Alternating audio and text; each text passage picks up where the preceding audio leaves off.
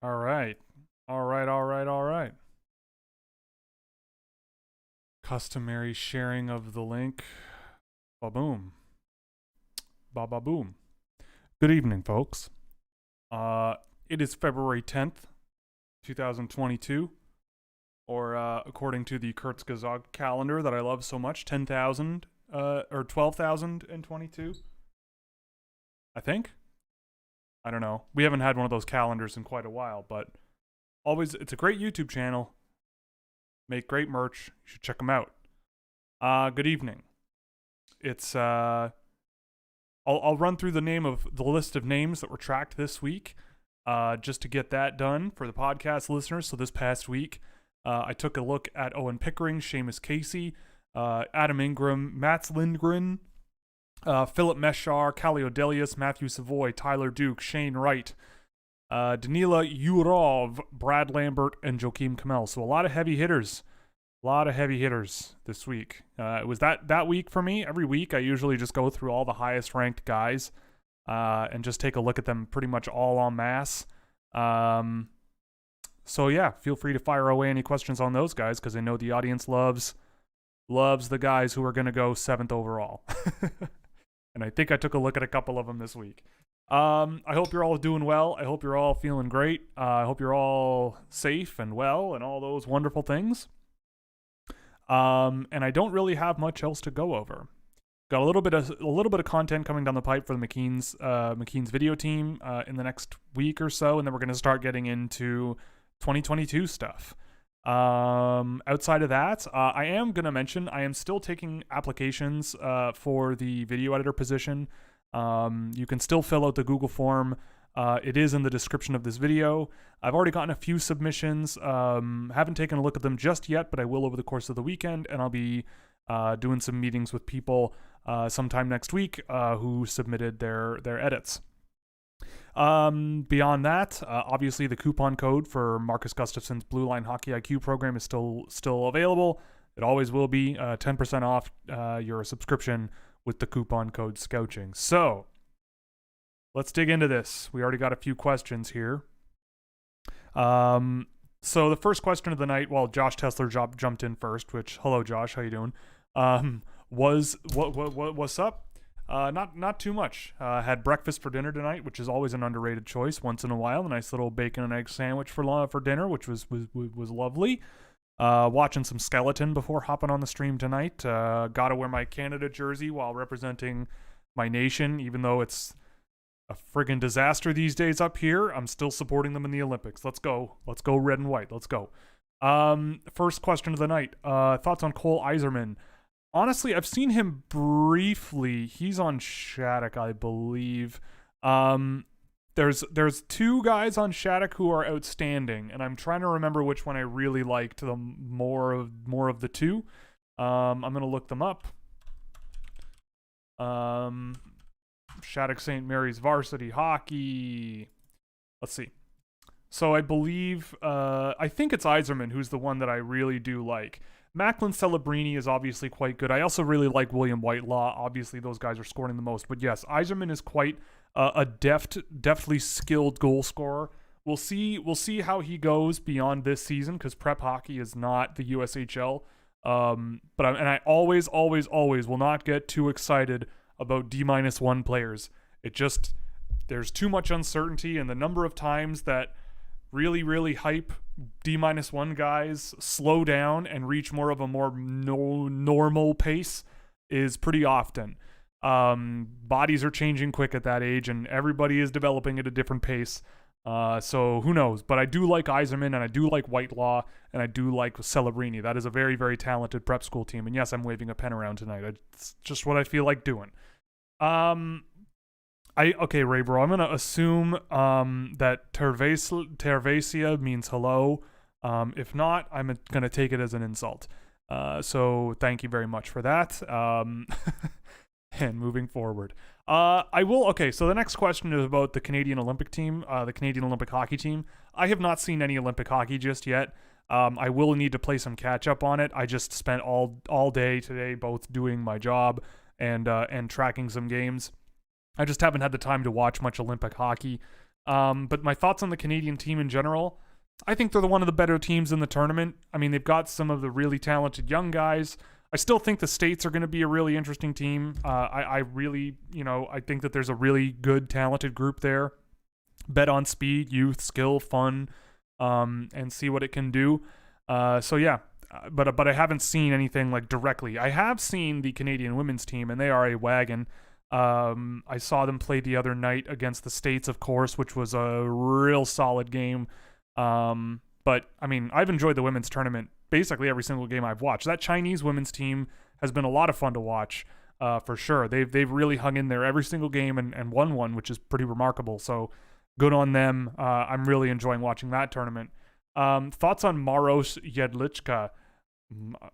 Maros Jedlička. I don't know that name, I don't think. But he is playing in the Slovakian Pro League. I'm pulling up his Elite Prospects page right now, and I will take a look at him. I have not seen any of this player play, to be perfectly honest with you. Interesting. Okay, but I will take a look. Neil Flood, hello. Who are your top 5 defensemen in the draft based solely on their defensive abilities and ignoring offensive capabilities they may or may not have? Good question. So let's flip over to my most recent ranking list here and filter for defensemen. So, I mean, I don't know about ranking 5 of them, but I will say that there are 5 of them who I do like in terms of their defensive game so far. I'd say Juracek sometimes is up there. Juracek tries real hard to play well defensively, so I think that over time the wheels are turning in the right direction with him. The wheels are turning with him in the right direction, I think. It's just not quite there yet, so I'll put him on that list. I wouldn't put Casey on that list. Simon Nemec, I don't think I'd put on that list. Pavel Mintyukov maybe gets on that list, again, for similar reasons as Juracek. Grudinin, I really like his defensive game, even though he's a little undersized. I think he's one of the better defensive players, just with how he can skate and use his stick. It's all really, really good stuff. Other than that, maybe Ryan Chesley. Leon Bixel is another one. I think that there's a good defensive player there. Tristan Luneau. I feel like Tristan Luneau will be a replacement level defensive player. There's just not much else to speak of with him in the NHL, and for guys like Tristan Luneau, I just don't value him as much in the context of a draft. Like, I kind of get why he's ranked in the high end of the second round, late first round, and such. It's just when I would want to pick a talent profile like that is a lot later than most. So I'd say Juracek, Mintyukov, Grudinin, Bixel, and maybe Chesley are there. Luneau, maybe drop Chesley and Luneau's there. I think might be the ones that I'd go for. Yeah, something in that range. On paper, Tyler Duke might be on that list, but I'm not sure how well it projects. I want to like him. I want to believe in Tyler Duke till the ends of the earth, and I probably will, especially if he does something like go undrafted. And his defensive results are extremely good. But I also feel like at times you want to rip the hair right out of your skull watching him play defensively. So basically what I'm saying is you get a guy like Tyler Duke slightly out of his comfort zone and you can basically do whatever you want. And most of the guys I mentioned, you can't really get away with that. Adil, what's going on? Yep, here come the Leafs takes. What's up? Have I watched Matt Nyes at the Olympics? I have not seen a ton of the Olympic men's hockey tournament yet. A lot more of the women's hockey. Just haven't got to the men's yet. And I'm watching other sports, honestly. I've been watching a ton of other sports at the Olympics. Like, there have been some incredible things. Like, the big air skiing and snowboarding. Or no, I think it's only been skiing. But I watched the men's and women's of that. Men's and women's luge, I believe both have happened. And I believe I watched both. I watched some two-man luge the other day, which was a lot of fun. What else have I been watching? Oh, the parallel giant slalom on snowboards. I watched the women's tournament of that. That was a lot of fun as well, where they all go at the same time down the course, and it's kind of like something out of a video game. Really, really cool sport. So I honestly just haven't had the time to watch a lot of Olympic men's hockey, to be perfectly honest. But Matt Nyes, I mean, again, I don't know how many times I have to say it. Matt Nyes is not the player that I remember watching last year, this season, for sure. He is he's outrageous. Like, he played He's played extremely well every time I've seen him, and yeah, I don't know what the Leafs did, but something magical happened there. Okay, weekly 2023 draft talk. All right, thoughts on Nate Danielson? Have not really paid attention to him. And Zach Benson. Zach Benson's gross. Like, he's awesome. I mean, again, D-1. I'm not gonna count my chickens before they hatch. But I mean, I have watched him, and I believe it's been a while since I watched Connor Geeky, but I believe in most of the times I've seen Geeky, Zach Benson is playing. And I feel like in terms of pushing the play and pushing pace of the game, Benson's the one doing that a lot more than Geeky. Geeky's a good option to sort of work off of a player like Benson, I think, just in the way that he can settle pucks and get breakouts started and use his body positioning to navigate defensive situations and make things less tricky.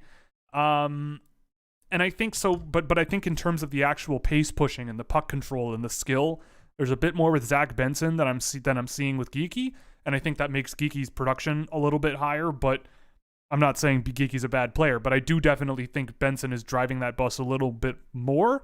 But I think without Geeky, Benson's not as effective. So they kind of work off each other pretty well, in my view. But I really, really like Zach Benson for sure.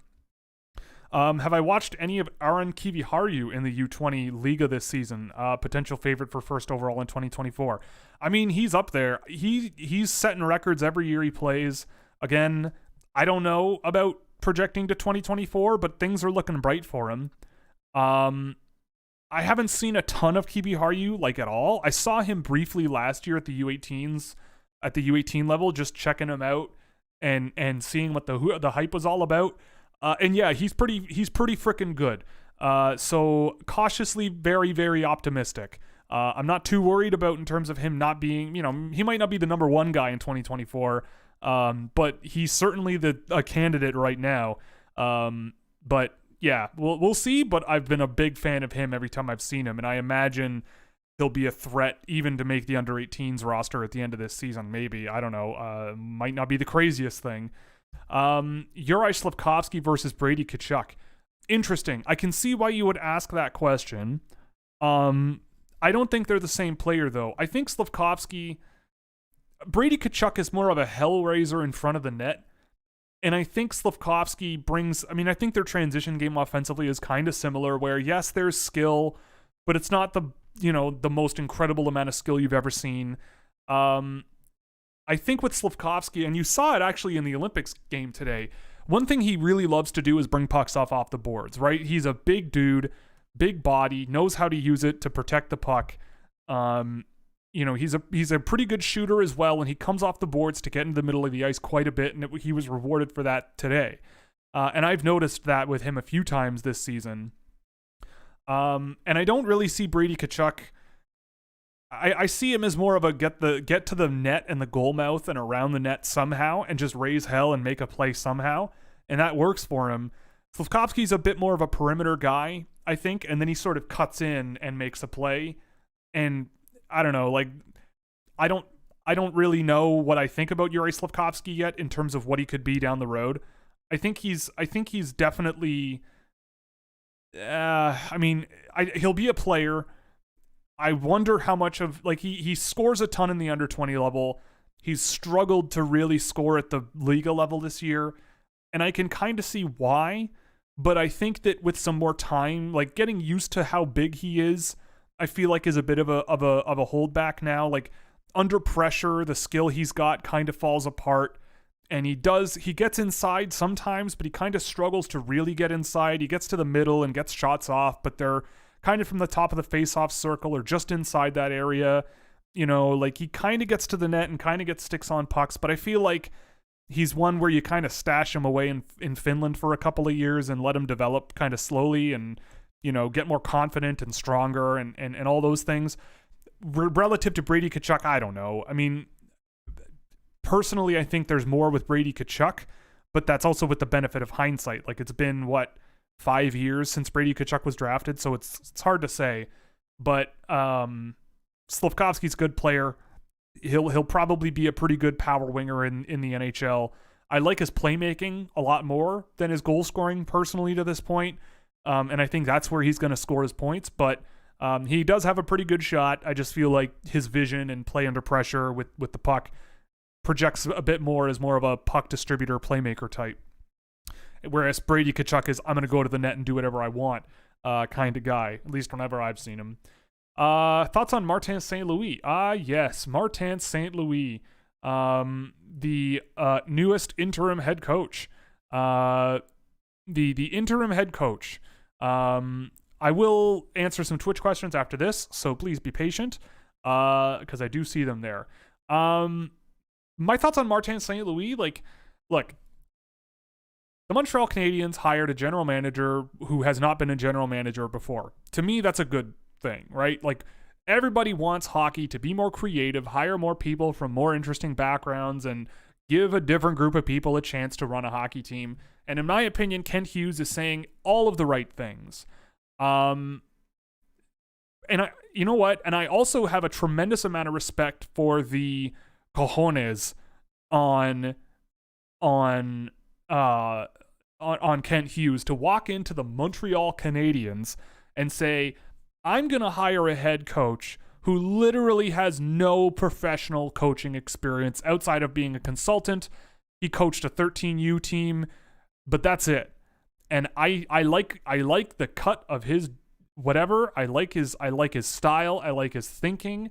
It's what I want, and we can get along. They know each other personally as well. I think their children play together at university for Northeastern. So, you know what? Like, if I'm a Habs fan, I'm happy. It's unconventional, but we've wanted unconventional. So I don't understand why people would be so skeptical if they've wanted unconventional. Like, I saw people wanting Kent Hughes to sign Patrick Waugh to be their head coach.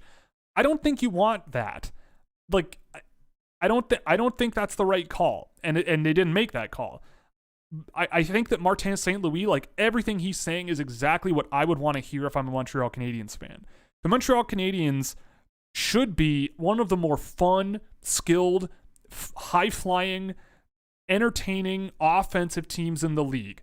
That's how I've always thought of the Montreal Canadiens, is just, at least historically, right? Just skill, talent, fun. And Martin St. Louis did something really interesting to me today, which I don't know. It's not something, he said something along the lines of, I don't like the idea of systems, because it artificially hinders certain players and packages them into sort of these products that can fit into this sort of hierarchy, and then they just sort of play within that system, and if they step outside of it, the whole thing can fall apart. So I think that's the right idea for kind of where coaching should be going. Like, to me, especially in hockey, and in such a chaotic sport and such a crazy sport where so many things happen all the time, I feel like we should want coaches who say, just give me good players who can play the game, and I'll motivate them and get them playing as hard as I possibly can, right? Like, concretely identifying where their games are great, where their games are not so great, rewarding them when things are going right, handling things accordingly when things aren't, and not worrying so much about the system you have to play in or worry about who does what. It's just, what is the goal and how do we get there, and who are the guys that are going to help me get to that point? So on one hand, yes, it's a huge gig, like coaching the Montreal Canadiens as a total rookie and managing the Montreal Canadiens as a relative newcomer. That's insane to me. Like, that's a huge change in direction, and I like it. You know, like if the Montreal Canadiens called me tomorrow and were like, hey, here's Martin St. Louis on the phone, we think you guys would get along, I'd be like, yes. And I think that what they're doing is right up the alley of what people, and especially like people like me, have been wanting an NHL team to do for a long time, where they're talking about investing more in scouting and investing more in analytics and data science and investing more in creative ideas and everything. So I get the feeling that he's on the right track. If they're keeping guys like Alexander Burrows and Luke Richardson around, cool. They seem to be perfectly competent, but I don't really know. And we'll see. I think that it'll be very interesting. And I hope they get a bit of a runway, because, you know, like, maybe Montreal kind of sells off a little bit, but I think that with Montreal Canadiens fans, they just want a team that seems like they care. You know, like I remember in Toronto when Toronto tanked hard. Like they were that 14-15 season where Randy Carlyle got fired and Peter Horachek came up. It was terrible. They were awful, sad. It was pathetic. And when they hired, you know, they completely cleaned house that year. They hired Mike Babcock.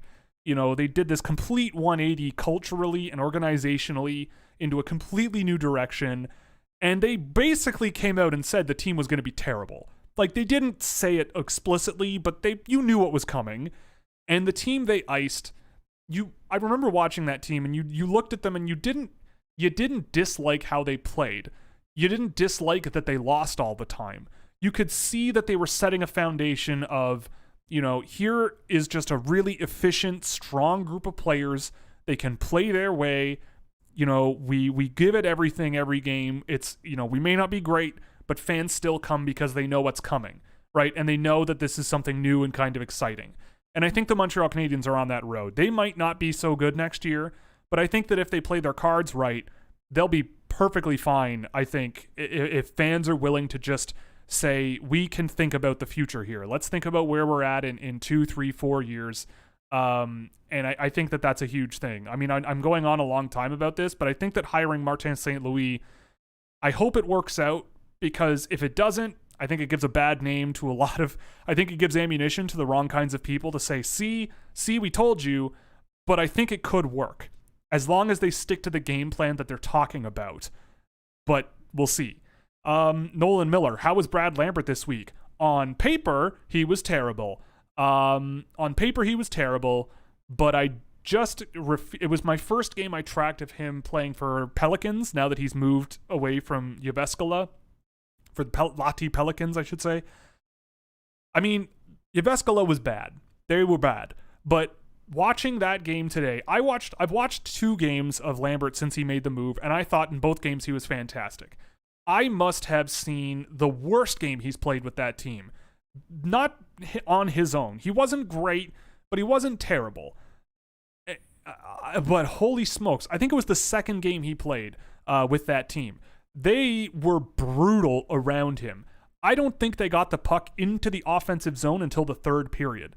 They had 2 shot attempts through half of the game, and one of the shot attempts was technically not a shot, but if the goalie hadn't been there, it would have gone in. It was just a tip from the blue line at the goalie. So, like, I get the feeling that if this happens for the rest of the year, Brad Lambert could end up going way later than I have him ranked, like way later. And I'm okay with that, because I still refuse to believe that he is as bad as the production seems to indicate. I just will not believe that, especially when you've got Yuri Slavkovsky scoring at a relatively similar rate and in the top 10 pretty solidly. I look at Brad Lambert and see a player who needs really good players to play with. He's skating quickly out of the defensive end as a breakout option, and he's getting ignored because the guys on defense don't look around. I posted a clip on Twitter today of something that happened multiple times where guys were looking up the ice, scanning. They have a safer pass outlet option behind them or maybe to one side of them, and they just fire it down the ice for an icing. And Brad Lambert is by himself at the red line, slapping his stick on the ice. They put him on the wing, and I don't think I would have done that. I feel like at center, you give him the open ice to play with, you let him back check, you let him play hard. You know, when the puck would get dumped in the offensive zone, he was always the first man in, and about half the time he won those battles. So I don't really know. He's a flawed player, for sure. I'm not saying he's perfect. Nobody in this draft is perfect. I am not over the moon with this draft class, but I look at Brad Lambert and see a player that with the right coaching, you could turn him into a monster. I think the World Juniors was a good sort of insight into that, of you put him with guys that can keep up with his speed and how quickly he does things, and you will get rewarded for it. I mean, I don't know. I just kept waiting for someone to pass the puck to him. His involvement in offensive transitions before that game was at 40%, I think. And that one game, the 5th one I tracked, that one game brought it down to like 35%. And that's not, usually I wouldn't consider that his fault, right? Like if the trend is that drastic, and I saw what I was looking at, I think that I was seeing a lot of teammates that just didn't really know what to do with him. And maybe that makes sense because it was only his second game playing with that team. But I watched the first one and one more recently, and he was amazing in both of those games, creating scoring chances, winning races, gaining those transitions offensively. And I just think that with a few tweaks in his game, you're going to unlock quite a bit. Maybe I'm wrong. I maybe, but I just, every time I look at him, it's really, he's a heck of a talented player, and I think that there's just a bit of, game massaging that needs to go on before he really sort of unlocks that offensive ability, because it's right there. It's right there. But he is he's a heck of a player, having a heck of a season in two vastly different ways, I think. Twitch. What's my opinion on Matias Maccelli? I like him a lot. He's a fun, dynamic, skilled offensive guy. I think that he could be an NHL player. He's having a good AHL season last I checked. I dig him. He fell too far in the draft, and Arizona just kind of went, let's draft the kid scoring a ton, and it worked. Well, so far, he's been quite good. Charlie, hello, welcome back. Anyone show up good in your data, but you don't buy it? Oh, yeah, for sure. I'll try to think of someone off the top of my head. Someone who shows up really good in my data, but I don't buy it. Let's take a peek. Here's one. Let's go Mikko Matika. I used to have him ranked really high. I've done 2 games, and I want to do more before I'd really write him off, but this is a guy who gives me real sort of Samu Salminen vibes from last year. He's not scoring as much as Salminen did, but he's trying about as much as Salminen did. Just outstanding offensive transition numbers, huge involvement, huge success rates, huge offensive creation numbers. I watch him play and I'm going, he's slow, only really seems to care a lot about offense, big but doesn't use his reach, volume playmaker, even though it works a lot more than it doesn't. There's so much data that's really, really good for him, and maybe I should just trust the data with him, but I've seen him and I just go, yeah, but this kid at the next level I don't think works unless his skating is like ratcheted up, like a lot. So he's the first one that comes to mind. Who else? Not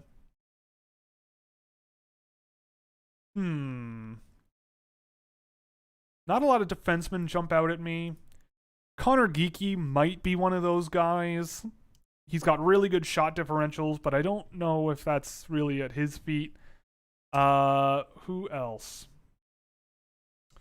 I don't believe that, I have to do more Rutger McGroarty games, but he's been doing really, really well in my data, and I don't know how much I buy that long term.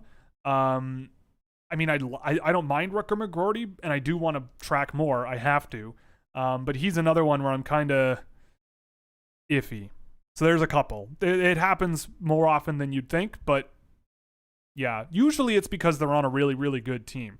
But even McGroarty's transition data looks really good in most areas. I just I'm not as sold, but I will circle back on him in the next couple of weeks. How long do I wait before I judge my team scouching picks? Well, I definitely can judge some already. But since I started doing it just for fun in 2015 and now, I would say, like, wow, Dmytro Timashov is having a pretty good season in the SHL. Boy, interesting. But, so 2015, yeah, I think you can judge the 2015 class now. 2016, I think you can judge now. Like, my general thought is once players turn 22-ish, you kind of know where they're going to be. Like, you can kind of figure out their trajectory, generally. Does it happen where players older than that hit the NHL and everybody goes, where did this player come from? Yes, for sure, it happens.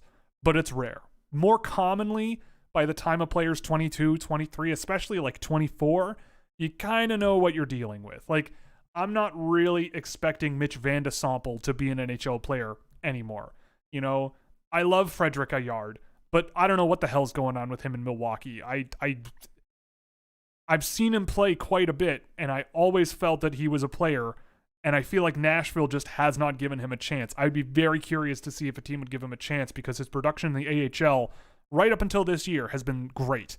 And he just got a very, very quick chance in the NHL and now he's just cratered. So I don't know if he's just been in the AHL for too long, but that's a player that I would give a shot to. But again, you kind of know what you're getting at this point.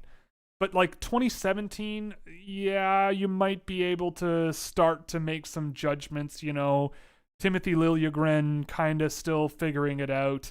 But I look at the other guys on my list, Kyle Olsen, Nick Campoli, Igor Shaviryov. Those are all lessons where I can take lessons and learn, because now you kind of know that those guys aren't really gonna be much. But for 2018, 19, 20, and 21, I still think it's pretty easy. Like Rhett Pitlick's on that list. He's still in college. Mikko Kokkonen still hasn't come over from Finland. Yegor Sergiak has had a really good year in the VHL this season, but and I've liked him every time I've seen him, but I think he's never coming back. And whatever, he was 146th overall. I've got to update Billy Constantinu's data. That's tricky. But yeah, I'd say 2019 in a year, I'll be able to or 2018 in a year, I'll be able to sort of pick it out. So my boy Jerry Turkalainen's still on there. He's having a really good year on a really bad team, like again. So yeah, but yeah, so I'd say if 2018 is this year or 2017 is this year where it's kind of definitive, where you're kind of going, all right, I kind of know. That's about 5 years. So we'll say that. Who do I think is a good choice for the Ducks in the 14 to 18 range as of now? I don't know. If Brad Lambert's available, you take Brad Lambert. Brad Lambert with Mason McTavish would be hilarious. I would very much enjoy that. That's the guy that I think will be there at 14 to 18 that I think would be a good fit anywhere. Why isn't Yuri Slavkovsky producing in the Liga? Good question. So let's take a look at the data and see what that says. So I've done almost an hour of Yuri Slavkovsky data. And I will say that he's doing a lot of things right. Like an offensive threat over 20 is really, really good. Is really, really good for a Liga player. About half of it comes from playmaking. And about half of it comes from dangerous shooting. And the majority is coming from sort of that middle range. So he's a big guy. I think he has a bit of trouble connecting on his passes through feet and through traffic. He doesn't really use his skill to open passing lanes as often as he should. He focuses more on puck carrying and can sometimes get, he's not quick. If he has some time and space, he can get moving. And I think he's faster than he looks because of how big he is. But I've seen him, so his pass percentage is under 60% with relatively low volumes. His dangerous pass completion percentage is pretty poor. So he does kind of throw pucks into traffic quite a bit, and there's no one really there, and things kind of turn around. So what I'm looking for Slafkovsky a little bit is that sort of skill that you see at the junior level to sort of stop up, push and pull the flow of play a little bit, make some space for himself, make a play, use his hands a little more to move the puck into an open lane more often rather than just trying to shovel pucks through guys. I can't complain about his defensive game, to be perfectly honest. I think it's sort of adequate. He's got a big reach, kind of knows how to use it. Big boy too, can know how to use it as well at times. He's a player where I think things are going in the right direction, and I feel like there's a lot of headroom for him. But as he is right now, I feel like his offense is just very limited because he kind of just strong arms his way around, sort of pushing himself into dangerous areas for shots and shoving pucks into the front of the net kind of area. But again, all the wheels are turning in the right direction, right? Like, so for example, like a good way to summarize what I'm talking about is he's got 3.4 shot assists per 60 minutes, and so that's a third of the rate of the dangerous shot attempts he's taking. So his total rate of shot attempts is 18.4 shot attempts per 60, which is pretty high. And his rate of shot assists is way less than that, like 15% of that. So to me, that's pretty telling. Like, that's a guy who's not passing the puck a ton. His line mates aren't really shooting the puck when he passes it to them, probably because he's not passing that puck around in the offensive zone. or at least completing those passes. So I think, again, it's not something that I think is particularly concerning, but I think it's something that kind of limits him in a way. Like, he's big and rangy and has some skill and he can shoot, but hasn't quite really put it together to sort of manage the opponent when they're really talented and work around them and adapt to situations as they happen, unless he tries to do something himself, which is cool. It's fine. But again, like, that's kind of, and I'm at 4 games with him, so I'm kind of relatively sure. But he's an interesting one for sure.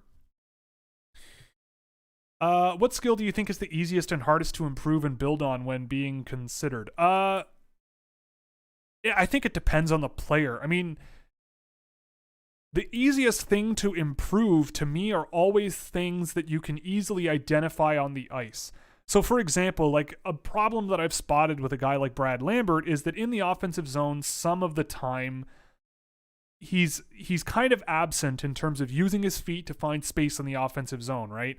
So, for example, if there are things that a player is doing some of the time that is really good, and other times you just are wondering what's going on, sometimes players can look a little bit like lazy, but you really sort of pay more attention and they're at the end of like a minute-long shift. And a minute-long shift at pro-level hockey, I'm sorry, but you're going to be a little bit tired, especially if you're a 17-year-old. But there are situations with a guy like Brad Lambert, just for an example, where you see situations that he's off puck doing things really good, and off puck in other situations where you're wondering how he's, like, it's obvious to you why he can't really seem to score points in the NHL or in the Liga. You know, not finding space, you know, keeping his stick out, like, keeping your stick in open ice for pass receptions can make all the difference in the world sometimes. And he can be a guy who keeps his stick in front of the net and under a ton of pressure from defenders and everything. And he's just not much of a factor unless by some miracle a puck bounces off his foot and into the net. So it's like those little kind of things that you can spot and say, hey, try doing this more, you know, try finding a little bit more energy. Like, let's work on this. If it's a conditioning thing, we can work on that. That can be improved. You know, those are the things that you can kind of improve, especially conditioning, like cardio and muscular development. Some people respond to it significantly different than others. Like, that is a scientific truth. Some people will put on muscle way easier than others. But in terms of cardiovascular health and endurance and stamina, that's really just a heart workout, and just keep, you know, repetition and training your body to get used to those types of strains. So that's a little bit more straightforward. But I mean, the hardest thing, look, I think the hardest thing to improve is when a player is falling behind, right? Like, the big thing that changes as hockey gets harder and harder at higher and higher levels, you know, and it's kind of exponential because fewer and fewer players can sort of keep up with that sort of increased level of play. So if you're a player who struggles to keep up with the pace of the game in, say, the OHL, but you're kind of slow and can manage the puck pretty well and whatever, yeah, that's fine. But you also, at the next step, things will go way faster.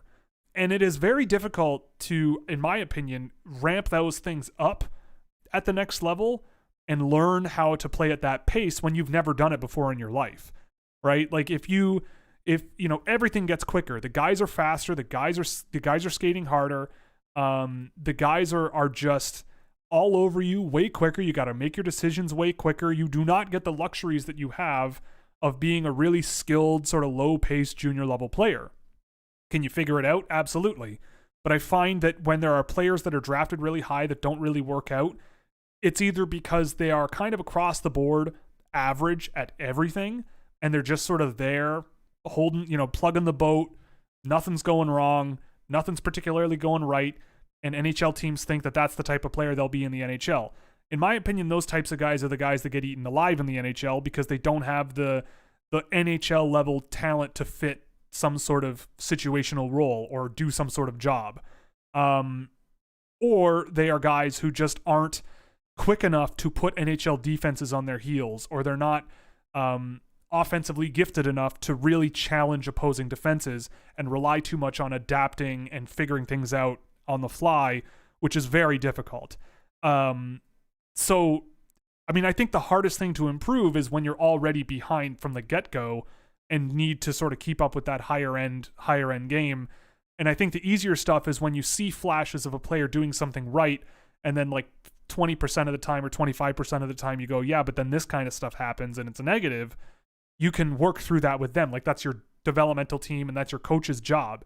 So those things I think are relatively straightforward. With regards to skills development and the specific things about a player that are easier and harder, I think that wildly depends. Wildly depends on the players, because they might respond differently to different training. One player's strengths might benefit them in one way and their weaknesses might weaken them in another. And I just don't think it's something you can blanket study, right? I just don't think so. But maybe I'm wrong. I don't know. But I that's my read of it. DeBrincat looked good in the last Chicago game and made me wonder if Kyle Crnkovic will be drafted this year. I don't think so, but I do think that someone will sign into an AHL deal or something. I wouldn't draft Kyle Crnkovic, and I mean, he's one of those guys that he's kind of like Matthew Ward for me. You know, I look at Matthew Ward and see remarkable talent. Like, if you give Matthew Ward time and space, he is a beast. Like, Matthew Ward will embarrass defensemen if you don't pressure him right away. And that's how he scores so much, right? He's got unbelievable one-on-one skill. And with Kyle Crnkovic, there's similar traits there, right? Like, he's got a ton of skill. You give him some space and he can get away from you and all that stuff. But if you do counter him as quickly as possible, get at him at the offensive blue line, challenge him with your stick multiple times, you know, keep your feet moving and keep pressuring him. There isn't that much of a real high-end separation gear with those guys. And you can take them over. They're small. You can get on top of them pretty easily. So I just wonder what Crnkovic will be when he's playing against 29-year-old veterans of a pro hockey league, as opposed to defensemen who 3/4 of them are going to end up in the East Coast League, like, at best. Maybe some go to Europe and whatever. But it's a different ball game in pro hockey. And I just get the feeling with Crnkovic, I've seen him play quite a bit over the years. Someone will give him a flyer. I think he deserves a chance in the NHL, or not in the NHL, but he deserves a chance in pro hockey. But I don't have hugely high hopes, but I don't know. I could be wrong. I say that a lot because you kind of have to, but I don't know. I just get the feeling that playing with a guy like Tristan Robbins, who under pressure does have skill and a separation gear and a lot of deception that's really, really, really high end. I think Crnkovic isn't quite on that level, and I think Robbins does a lot of the bus driving on that line. Any new thoughts on Matthew Savoy? Yeah, I mean, Savoy had probably the best game I've seen of him this year. He's still a very, very confusing one. I worry about his projectability. And it's funny, like, I wonder, he really, really is starting to remind me of what I saw out of Clayton Keller when he was draft eligible in 2015, I want to say.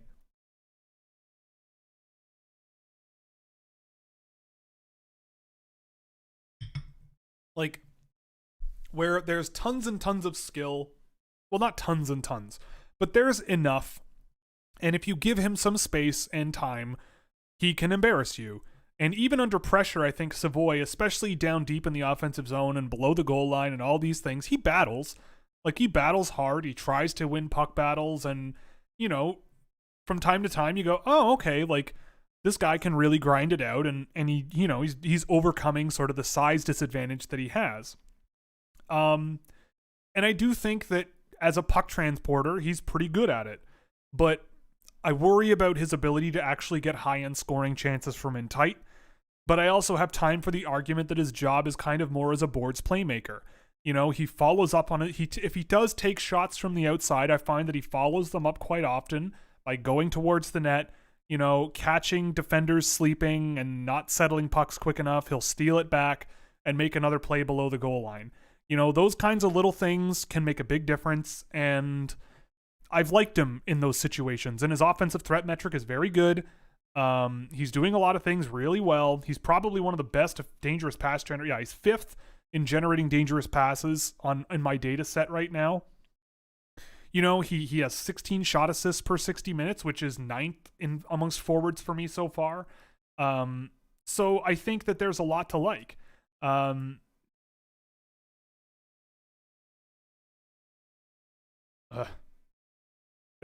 But again, I still worry about the projectability of his game. He's going to need a supporting cast that really, really helps him out. But I do think that if he's not given too much responsibility in terms of like setting your expectations reasonably, taking him along slowly. It's unfortunate because I think 2 years in junior is not necessary for him, but I do think that the AHL would make sense if it were possible, but it isn't. I think the NHL would be too much for him right now, but I feel like you send him back to junior and he's going to score 125 points. But that might not be the end of the world.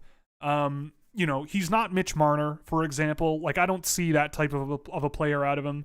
But I do think that there is that sort of, he might be this guy who scores 120 points in his draft year or 100 points in his draft year and maybe scores 60 in an NHL season.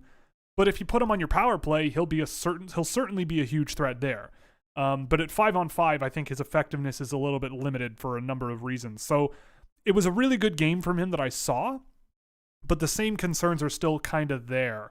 But you definitely see flashes of a really talented player there. And you should, considering how much he's scoring, by the way. Curious to see how Detroit approaches the draft. Happy that we have a GM in Eiserman that's also aggressive. Could see them try to move up to get to target a center, especially if Savoy drops to 6. Yeah, I mean, I don't know.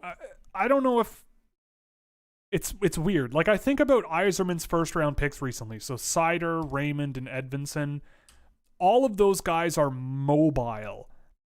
I wouldn't call Edvinsson or Seider necessarily quick, but they're mobile. And Lucas Raymond is kind of more of the same. Obviously, he's a bit quicker, but he's very mobile. And I don't really see mobile out of Matthew Savoy. Like, if I'm the Detroit Red Wings, yes, you do need centers right now. Like, you kind of are looking at your roster and the centers are just not there. Logan Cooley comes to mind. If he's available, he probably won't be. But I mean, Frank Nazar has played center, and I feel like he might be a guy that the Red Wings might like. I feel like Red Wings fans would really like him. But at the same time, like, in this draft, I don't know about trading up at all. I honestly, like, I was talking about it with some people today. Like, this might be the 1 year where I seriously think about trading down from 1 and wondering what a team might offer. Like, if Arizona doesn't have the first overall pick, I wonder what I would get from them if I traded down. Like, how many of those second round picks would I get? So instead of getting, say, Shane Wright, if that's what they want, could I get Brad Lambert and then also add 2 second round picks or something and land Seamus Casey and Gleb Trikazov, something like that? If I could trade Seamus Casey, Gleb Trikazov, and Brad Lambert for Shane Wright straight up today, I probably would do it. So we'll see. But I definitely don't know. And again, I never am a fan of trading up just because you need something on your team right now. I'm not convinced any of these guys are NHL players next season. And I don't think, I think you should be playing the long game and drafting just the right players. Detroit has a ton of prospects. You can always trade for centers. You could trade that pick for a center for all I care. But I mean, I look at the centers available this year, and if it's not Shane Wright, if it's not Brad Lambert, if it's not Logan Cooley, again, Matthew Savoy, I wouldn't trade up to draft him, I don't think, because I think there's enough concerns in his game that kind of limit him. But nothing horrible, but you just don't want to draft Matt Savoy and have him be a 60-point guy in the NHL. I don't know. I think he'll be fine, but yeah, I don't know. It's a little early as well. I have no idea. It's been a few years now. If you were the Senators, would you have kept your first and selected Bradykachuk, or given it to Colorado and selected Bowen Byram the next year? I mean, personally, I would have taken Bowen Byram, and obviously with the benefit of hindsight, considering the injuries Bowen Byram is dealing with, he's not having the best career so far. He was having a great year, and then all of a sudden, poof, there it goes. I mean, I like Bowen Byram more than Tkachuk. I respect Tkachuk's game. I like it a lot. It fits exactly. If I'm the Senators, I probably still want Bradykachuk because he's the focal point of that entire organization. They want a team full of Bradykachuks. So yeah, I'm not giving up Bradykachuk. But if I am me and I work for the Senators, yeah, I mean, Bowen Byram fits what I imagine is on my team a lot more. And the idea of Byram with guys like Shabbat and Brandstrom and Jake Sanderson, like, who cares about playing defense because you're always going to have the puck. Yeah, I don't know. Hard question, but personally, nothing against Bradykachuk. I look at Bowen Byram with a little bit more favorable eyeballs.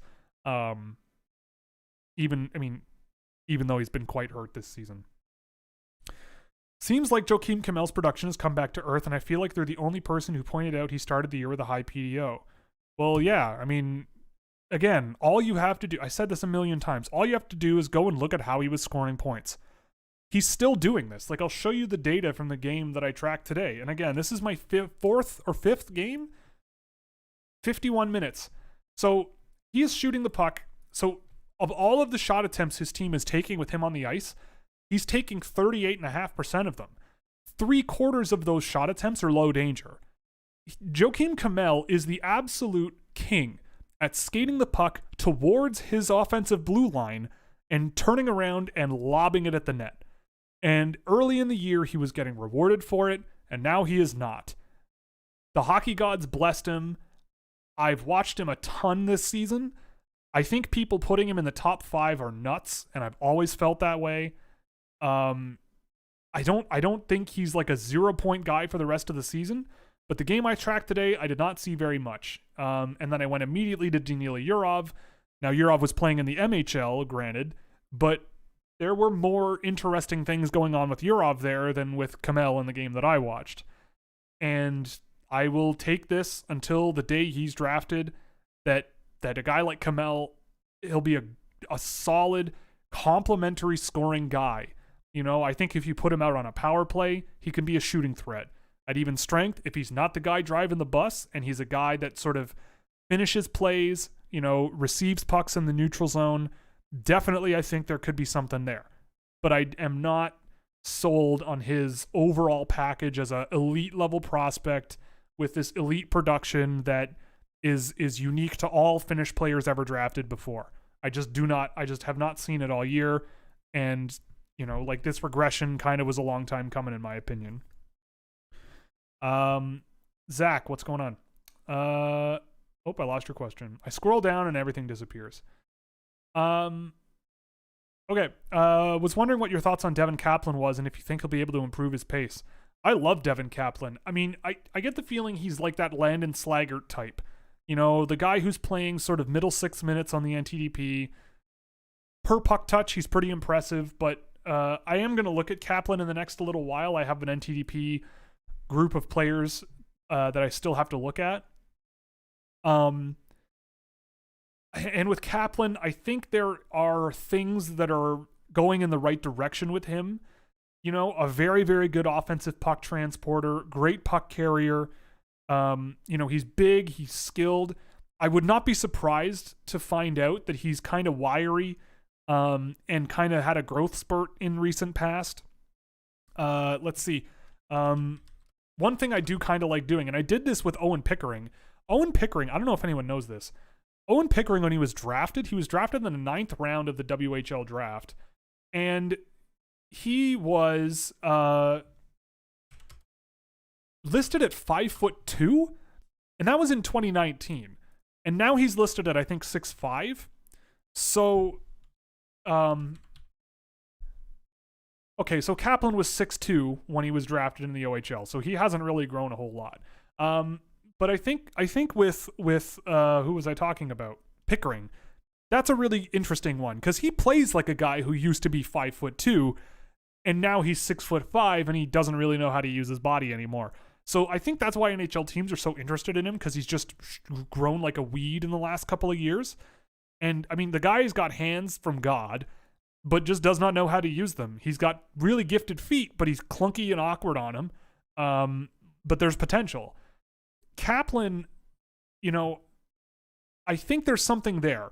He's big, he's skilled. I've seen him do some highlight reel stuff, even under pressure. So I think that with time, he'll get better, get stronger, all those things. Everything's going in the right direction. But again, he's a guy I haven't seen in a really long time. And I will circle back on him in the near future. Like, he's a guy, he should be getting more dangerous chances than he is. Whoopsie. He should be getting more dangerous chances than he is, but he isn't. He's not really shooting the puck at all, which is weird. He's not really active in the offensive zone. Like, he's low shot assists, low shot output from him, pretty poor overall shot metrics, but a really good puck transporter. Like, he's one of the top rated guys there. So something's not happening there. And I'll let you know what I find out. Thoughts on Havlid? I see him on your list, but have not heard you talk about him. Yes. So Matthias Havlid, he's kind of like, if you don't get Vladimir Gradinin, he might be not such a bad option. He's a really gifted, skilled sort of offensive defenseman. I want him sort of taking more chances offensively, and I wonder if he's being coached not to, similar to Gradinin, because I've seen some skill out of him and puck movement out of him that's really impressive, and I remember him last year being a pretty noticeable offensive defenseman, both in junior and with his under-18 team. His defensive game, I think you're gonna hope that his defensive game improves a little bit using that mobility, but I don't think it's that bad. I will pull up his data. It's been a while since I watched him, and I haven't tracked a whole lot. I think this is 2 games. Like, he's a guy that passes the puck. Like, he has not carried the puck under control offensively once, and I feel like he should be able to do that.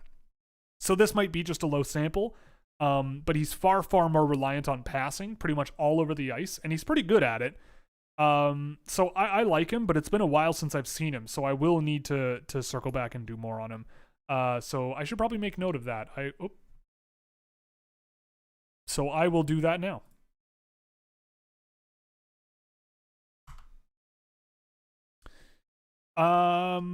Where are you at on the Karamaki? I'm becoming more and more of a fan. Really impressive for his ice time. Really impressive production for his ice time. So I've seen him quite a bit. Again, I think it's by the end of the year he could be higher on my list. A lot of his data is very much a mixed bag. I'm not sure if it's, like, he's a very low volume passer, very low completion rate, but he's got a wicked shot. Like, he's one of these guys where you don't really care because he can score. And I do feel like every time I've seen a player with a profile like this, they struggle at the next level. Like, he's not contributing that much in transition going either direction. This is 3 games, and I do need to watch more. But, inactive in offensive transitions and inefficient, inactive on defensive transitions and moderately successful to not great. But in terms of like, really low pass volumes as well, and not great completion rates, but he can really shoot. So, how far that takes him, I don't know. But he is scoring in the SHL now, and I will be watching him and tracking more games in the SHL for sure. Reasoning for dropping Casey 2 spots. Well, for starters, that range of the draft is unbelievably close. And for others, Seamus Casey, like, I have him ranked so high because I'm, like, on the extreme optimistic end of what he could be. He's an unbelievably skilled player. He's creative. He's got great data overall. Like, there's not much you can really complain about, but you wonder what he's going to be. I feel like he'll be a very good college defenseman. Whoopsie, there goes my pen that I've been playing with. Offensively, just an unbelievable puck mover. He passes the puck. So of all of his offensive transitions, 60% that are done with, of all of his offensive transitions in total, 60% are completed offensive transitions done through passing. So in terms of moving pucks up the ice, passing it, he's extremely good. And even the offensive carry percentage number here is 20.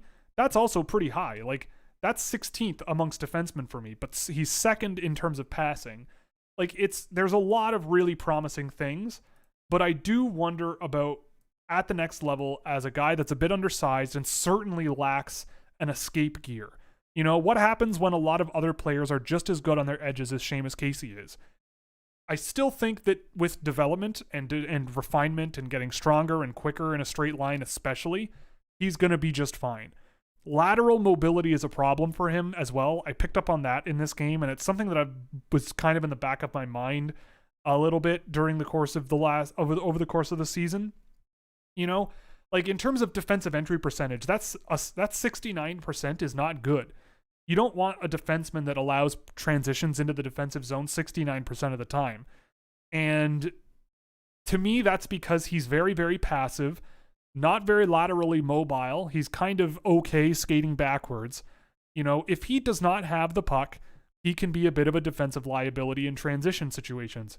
If he does have the puck, he is a monster. It's just going to be a matter of, you know, you can't play with the puck if you can't get it back. And he struggles getting it back sometimes. So I'm still extremely optimistic. And I feel like if you get him outside of the top 12, like he's one of the highest ceiling players, especially defensemen, that you're going to find. And I get the feeling you're going to be able to get him outside the top 12. It's just going to be a lot of development and patience and creativity and encouragement for him, because there's a bit of a ways to go. But I think if you're patient, you'll be rewarded. If the Devils draft top 5, who do you take? I think Slipkovsky would be a good fit. He could be a good fit. I honestly haven't seen much of the Devils this season, but they have a lot of sort of high octane offensive guys like Hughes and Hischier. I mean, Hischier's more of a two-way, but you know, he's fun to watch. Slipkovsky, maybe I could see being a fit for sure. I don't know. I feel like Jack Hughes with like a guy like Matthew Savoy would be a ton of fun. Real devilish, if you will. So maybe that hits the right sort of chord. If you want like a traditional New Jersey Devils type, David Yurchek might be that guy. Frank Nazar might be a really good option for the Devils as a winger as well.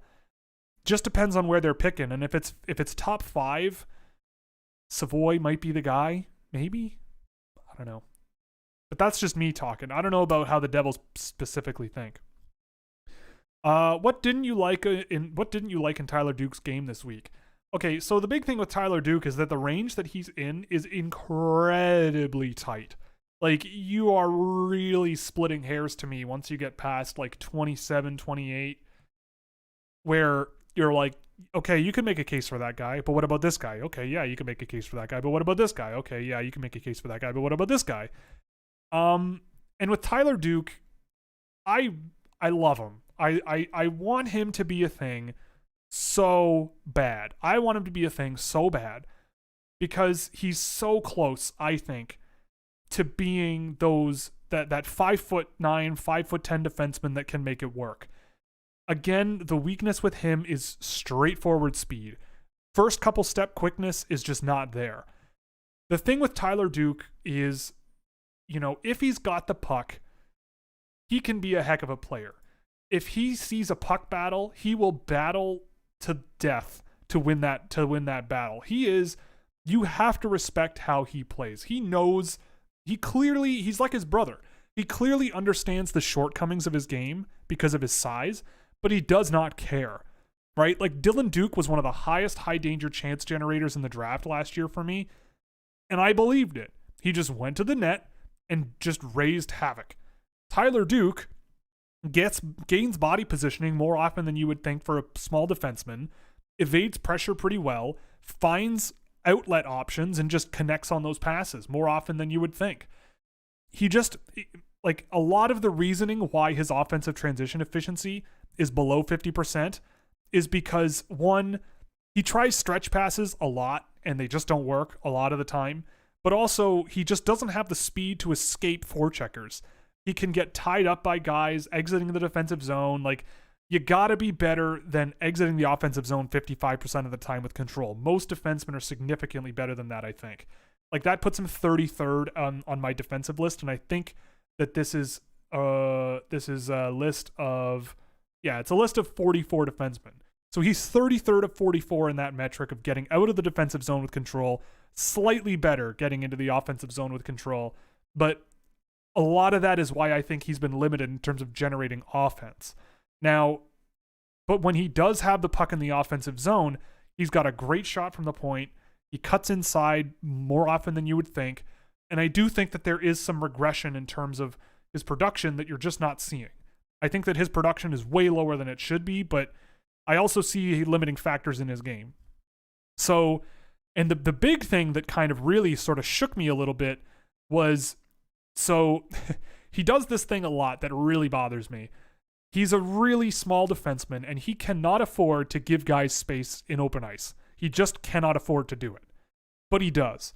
He will cut in, like, it's hard to explain, but he'll be skating back on defensive transitions. He'll be skating backwards. The puck gets moved up. Let's say he's playing left side, which he does. He's playing left side D, and the pass comes from, say, the centerman coming at him to the right winger. So the challenge, the onus is on Tyler Duke to pressure that right winger to the outside of the ice, or make a play or stick check or something to make that player make a decision. And what he'll do is, I've seen some smaller defensemen do this, but they'll drive inside towards the middle of the ice and then power back outside to challenge that defender. Like Jake Sanderson did that quite a bit. He's not a small defenseman, but he did do that quite a bit. And it was good for him. It was the right thing to do for him a lot of the time. Caden Gooley, really good at it. But Tyler Duke takes that to an extreme, to the point where he'll cut inside to the inside lane and just stay there. And just relinquish that center lane. And then instead, he'll basically make himself a shot blocking threat between the puck carrier and the goaltender and stick his stick out, and maybe there's a stick check there. To me, that doesn't feel like projectable defense. And I mean, everywhere he has gone this year, NCAA NTDP games, the BioSteel game, he's been one of the best shot attempt differential players on the team. And I see why, but I also worry about where it's going to go in the future. Like, I think he absolutely should be ranked by CSS, but this is a guy where, you know, like, if it's my team scouting thing, I've got a first round pick, a second round pick, and a 7th round pick. I'm not taking him in the first round. I'm going to guarantee that there's someone in the second round that I just cannot say no to, because there always is. If he's there in the 7th round, I think he's number 1 on my list for the short list in the 7th round. Oh, no, he's not. He's number 3 now. And yeah, like, when I look at this, I would rather have Lane Hudson if he's available in the 7th round. And you might laugh, but a 5'8" defenseman, it might be possible. Probably not, but it might be possible. And Adam Shikora, who I've really liked, and I think that Adam Shikora, at worst, could be a bottom 6 guy in the NHL. And if you get a bottom 6 guy in the NHL with your 7th round pick, you're laughing. So it sucks, because I really liked Duke going into the season based on what I saw last year. But there's just these little details that I'm catching that I'm just not as sure about. And he just keeps kind of falling down my list, but I don't think he's going to fall much further than this. Mid-second round kind of range, I think, is perfectly reasonable for him. You know, like, the guys I have slightly behind him. I have Shikora beneath him. Oh, so why did I? Okay. Never mind. Okay, so Shikora's after Duke. But the point remains. My point remains. So maybe things might change by the end of the year. I lied. How did Shane Wright look in your recent tracking? Bad. Yeah, I guess we can talk about Shane Wright. Let's talk about Shane Wright. This is the defenseman biz. Oops. So let's talk about Shane Wright. Let's talk about Shane. So, okay, he's number 1 on my board. He still is number 1 on my board. But I do not think that he has a grip on first overall whatsoever. I watched him today, and I thought, okay, that game was bad. And then I watched Brad Lambert and said, look, if Brad Lambert has he's on the Pelicans in this game, if he has a game like the game on paper that I've seen with my eyeballs beforehand with the Pelicans, it might have to happen. Shane Wright might have to go to number 2. And it didn't. Brad Lambert had a not so good game, and his team was worse. And I was very frustrated. And then I compared it to what I saw of Savoy earlier in the week, and I'll take a look at Logan Cooley this week for sure. It makes me not want a high draft pick in this year's draft, because the thought of Shane Wright in the NHL next season is kind of scary. I would put him back in the juniors and try to make things work a little bit better for him. He's not a bad hockey player. I'm not trying to say that. But the problem is that he's a player to me who is at his best when the puck is in the offensive zone, and a lot of the time when he does not have it. So, he's extraordinarily good off puck. He constantly seems to know where loose pucks are going to go. He constantly knows how to follow up on his scoring chances. He is probably the highest volume, high danger shot attempt taker I've tracked. Oh, no, he's not. He's 15th. Okay, that's okay. But, 9th in dangerous passes per 60, I buy that. Top 10 in offensive threat, largely driven by his passing, I buy that. I just, and across the board, there's nothing I can point at and go, that's not good. His data is very good. But, I look at him and I see a player that maybe is a good puck distributor, sort of quarterbacking a line, gluing your wingers to their defensemen, taking breakout passes, sending more breakout passes to offensive wingers in the offensive zone and everything. But his vision is kind of wonky at times. He'll look off pass options. He'll dump pucks when he doesn't really need to. He's not very defensively engaged at all. I've seen him make some brutal defensive reads or defensive efforts to spit it out. Some efforts that he has had are just not good. He can really shoot the puck, and he's trying to make plays. He's got 19 dangerous pass attempts per 60 minutes, and he completes a quarter of them. That's not great, but at least the wheels are sort of turning in the right direction there. He's one of these guys where I watch him and I'm going, what are you doing? What's happening here? What are you contributing? And then 2 minutes later, he's getting 3 chances from in tight that where they don't go in most of the time, but he's getting he's getting his chances. So how do you accurately project that into the NHL? I mean, I don't know. I go back to always the thing I talked about earlier. I always go back to these guys that thrive on adapting to what happens around them and figuring it out on the fly, rather than being the one that dictates what's happening in the play, right? I'm going to take this puck and you are going to have to stop me, so help me God. And I do not see that out of Shane Wright. I see that out of guys like Brad Lambert. I see that out of guys like Logan Cooley. I see that even out of guys like Slipkovsky, Yurichek perhaps. With Shane Wright, it's more, I have the puck, try me, right? It's, I have the puck, come at me, bro, I dare you. And it works most of the time. But I feel like in the NHL, and it's a big thing with Alexis Lafreniere, he was like that in junior too. It was I have the puck, come at me, bro. And then he would get around you and he would kind of figure it out from there and whatever. But he kind of struggles to do that in the NHL. Line construction might be hindering him a little bit as well, but this is Alexis Lafreniere and Shane Wright we're talking about. These are the paragons of Hockey Canada. So, I don't know. I just feel like another year in junior wouldn't hurt him. And the argument, I've heard the argument of, well, he missed a whole year of development. It's been 5 months now, 4 months. It's kind of all right, the numbers are there. You're putting up the numbers, but I don't know if I buy it. Especially as this is the best player available in the draft. I just don't know. So again, if I have the first overall pick and the Arizona Coyotes want to move heaven and earth to move down in the draft, and they're aching for Shane Wright to play in that 5,000 seat arena, I would call them back and go, let's talk. You've got tons of assets. Let's make something happen. And I would just hedge my bets a little bit.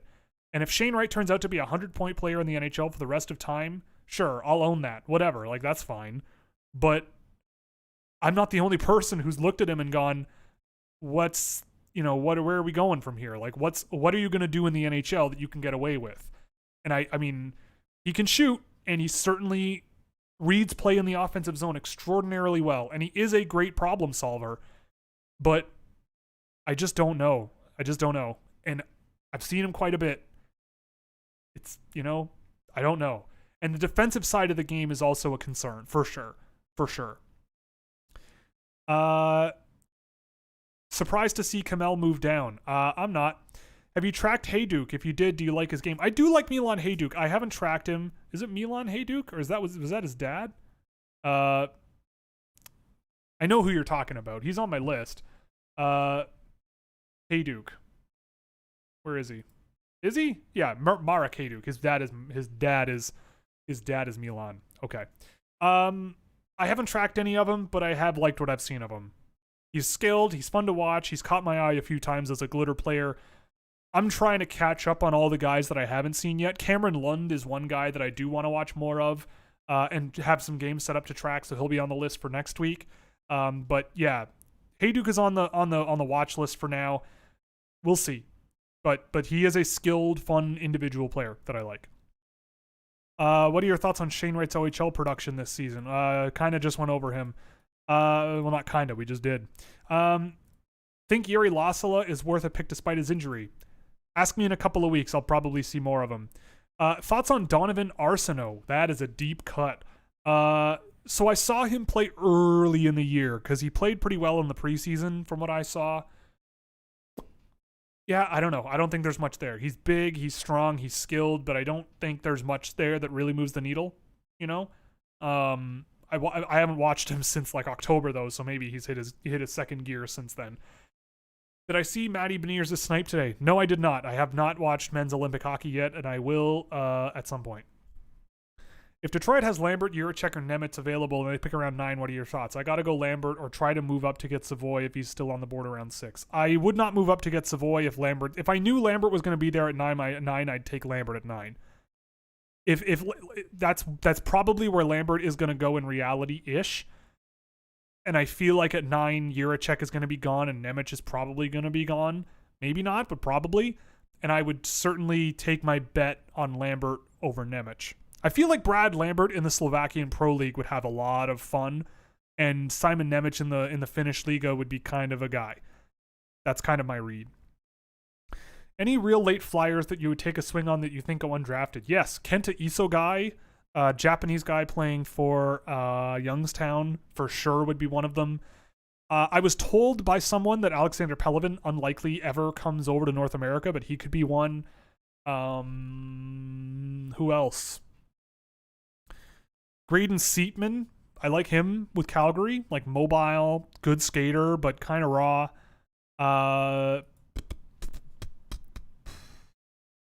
Who else?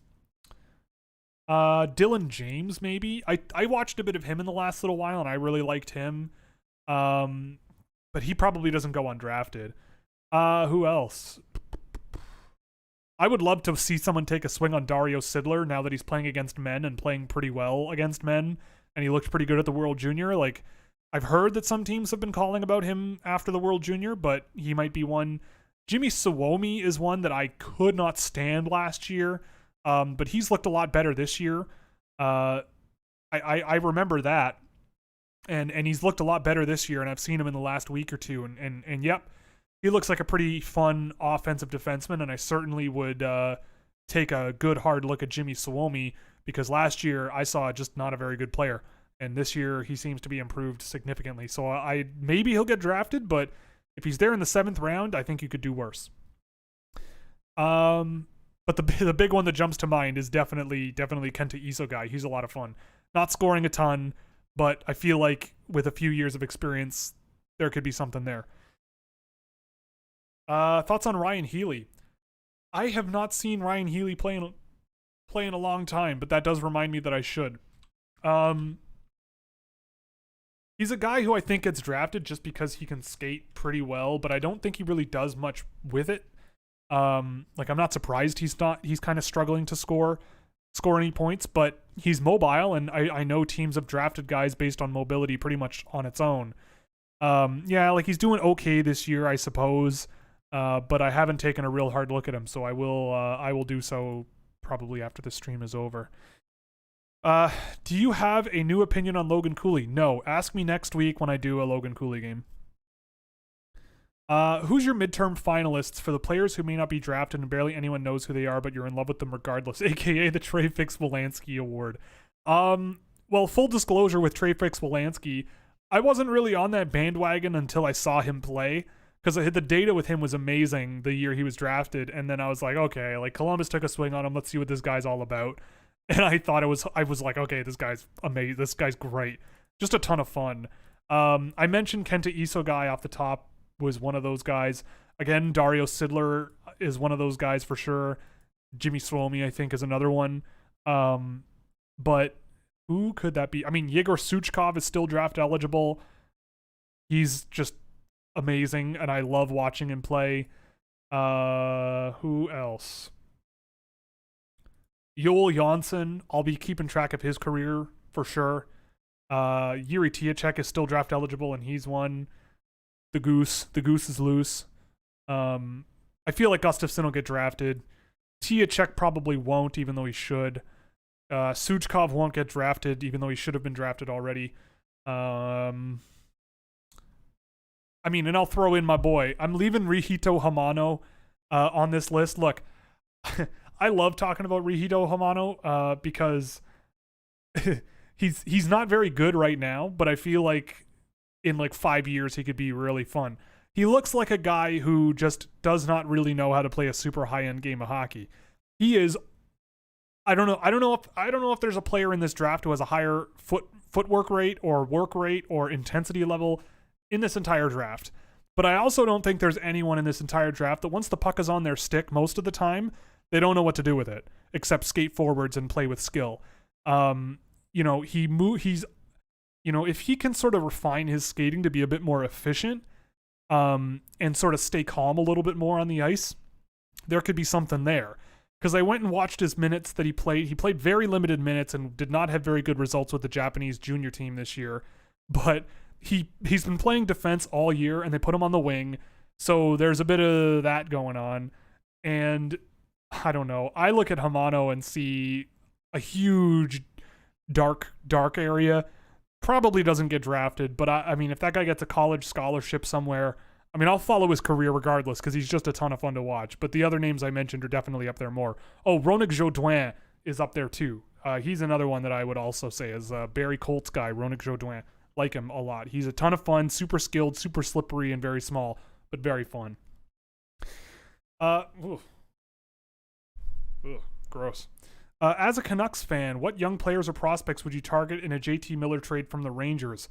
According to Peñata, well, he's never... Okay. Rangers offered a 3-asset package which might have included Kravtsov in a first. Okay, first lesson in rumor tracking in the NHL and Twitter sphere. You're kind of throwing cupcakes at the wall, right? If you say, well, the Rangers have asked to trade for JT Miller, and they traded young pieces, and those include... Okay, if I were the Rangers, I'd want to give up Vitaly Kravtsov in that trade. So we'll say Vitaly Kravtsov and a first-round pick because it might not be an early first-round pick. So we'll say those things and say call it a day. I mean, it depends. I mean, if JT Miller's a pending unrestricted free agent, I think he is he? Let me check. I know someone's going to say that he isn't or he is before I get the chance to see, but I'm going to look for myself anyway. Because, okay, so JT Miller's under contract until next season, or until after next year.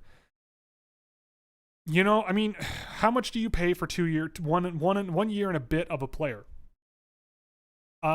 Is Vancouver retaining salary? That's another thing. But assuming I'm taking on a $5 million cap hit for JT Miller, I mean, he's been playing extremely well with Vancouver. Like, that's undeniable. So... I mean, if I'm the Rangers, if I'm realistically thinking, I think the Rangers realistically cannot wait to get rid of a guy like Vitaly Kravtsov. I think they cannot wait to get rid of a guy like Nils Lundqvist. If I'm the Canucks, are they open to moving Zach Jones? Are they open to moving Nils Lundqvist? You might get one of them. I don't want Vitaly Kravtsov, really. Like a first round pick and Zach Jones with like a compensatory, or not a comp, like a conditional pick based on how far the Rangers go in the playoffs, or if JT Miller extends. Like if JT Miller extends his contract with the Rangers past next season, maybe they get a 2024 first round pick from the Rangers, or lottery protected 2024 first round pick, right? Like something like that. Because for a year and a bit of JT Miller, a good prospect like Zach Jones and a first round pick, like a late first round pick in this year's draft, I think is reasonable. And I really like Zach Jones. Maybe it's Nils Lundqvist, and maybe you get a B-level prospect thrown in that package as well, right? But you know, that my target would not really be on Vitaly Kravtsov, really, especially for a guy like JT Miller. But a guy like Zach Jones, certainly could see that happening. I would be more interested in that, and even in Nils Lundqvist. And I feel like those guys would be a better fit in Vancouver anyway. So those are my thoughts.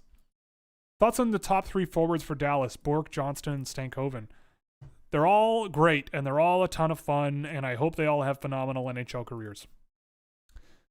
Oh God, would you trade Maverick Bork, Jamie Drysdale, I don't know what Andrei Svechnikov, I'm assuming, for Lundell, Luke Hughes, William Eklund, and a bottom five, you mean like a bottom five first round? What I don't know what a bottom five first round, like 26th, 27th over. I mean, I don't know. I honestly don't know, because that trade hurts my brain. So I'm gonna say pass. Do you make time for the discussion for Matthias Havelid in the top 15? I personally wouldn't do it, but I would want to hear what you have to say. I haven't seen enough of him to do that, but I don't think I would. Really. So with Pavel Mintyukov, what's the deal? I've watched him play, and he has looked amazing in the two-way game. Yeah, I like Mintyukov a ton. I've been meaning to go back and watch more of him for a while, and it's kind of getting to that point. So probably within the next week or two, I will take another look at him, because I think I've only done 2 games. But he's been a ton of fun. Really, really good player in transition, going both directions. Decent, solid passer. Good breakout option. Tons of fun with his skill.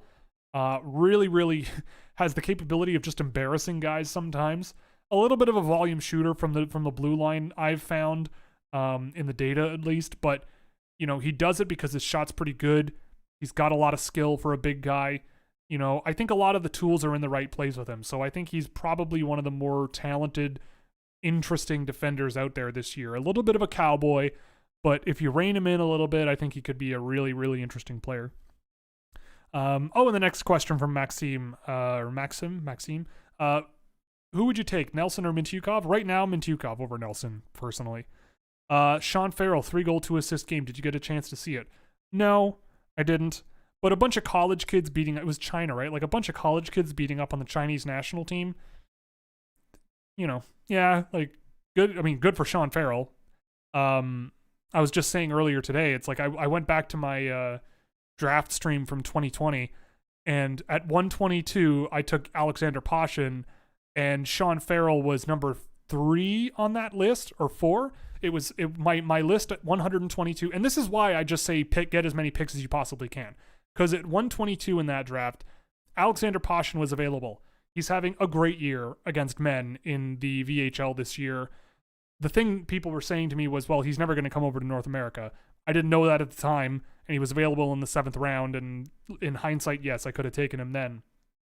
But then the other alternatives were Brett Berard, Anton Johannesson, and Sean Farrell. I would have been happy with any of those 4. Obviously, with Anton Johannesson, injuries are definitely a problem. But yeah, I look back at that and I go, yeah, man, I would have wanted more picks in all these drafts. Like give me volume. Like quality matters to a certain point, and then it's all bets are off. And there's always players available later on where you're like, how is this player still available? Last year, to me, Dylan Duke was the one that was the last one where I'm going, how is this possible? And that was like the 4th round. But in 2020, it was a great draft, and yeah, lots of really good, talented players available at that range, and I could not believe Sean Farrell was available there. So I'm glad he's having success. How do you feel about Seth Jarvis this year? I have not seen enough of Seth Jarvis with Carolina to know how I feel about him. Again, I don't watch a ton of NHL hockey. I mostly am watching junior hockey and draft guys. I don't think I have the mental bandwidth to watch every NHL team and keep up with these guys in the NHL either. I try, but I don't know if I have the bandwidth. In my opinion, who's the best NHL team right now as it stands? Okay, I think I can answer that question because I've seen quite a few teams play.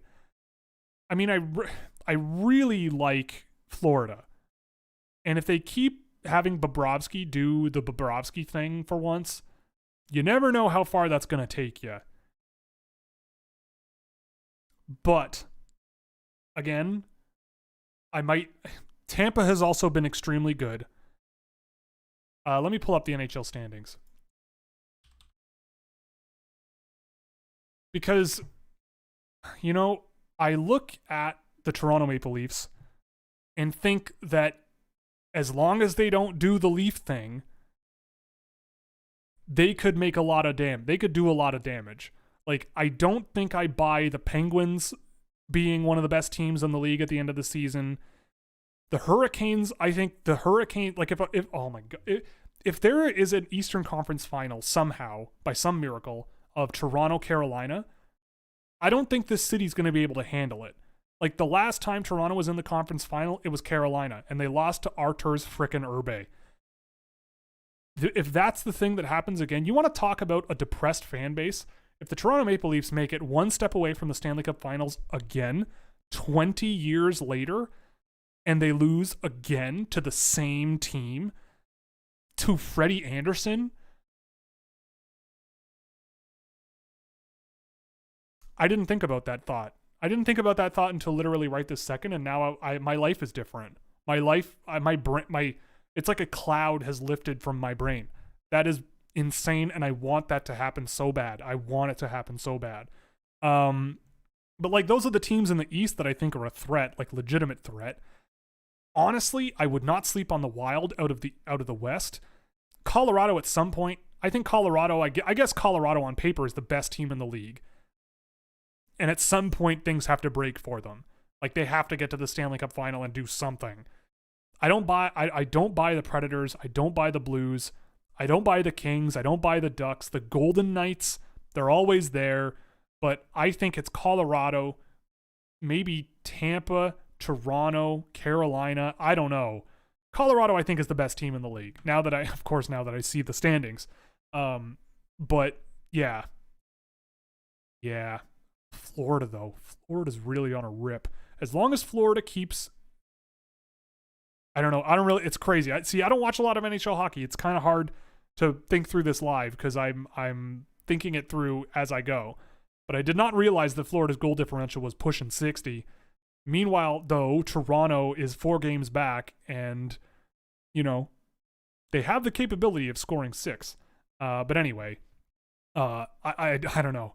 Make all the jokes you want about the Toronto Maple Leafs, but as long, like, you can see it. You can see how good they are. And if it comes to Toronto, Carolina by some chance in the playoffs for like getting to the Stanley Cup final, I just want that to happen. I love the Panthers this year. I think the Lightning look great as well, but screw them. I want to see that. And then if whoever wins, they play Colorado. That's what I want to see.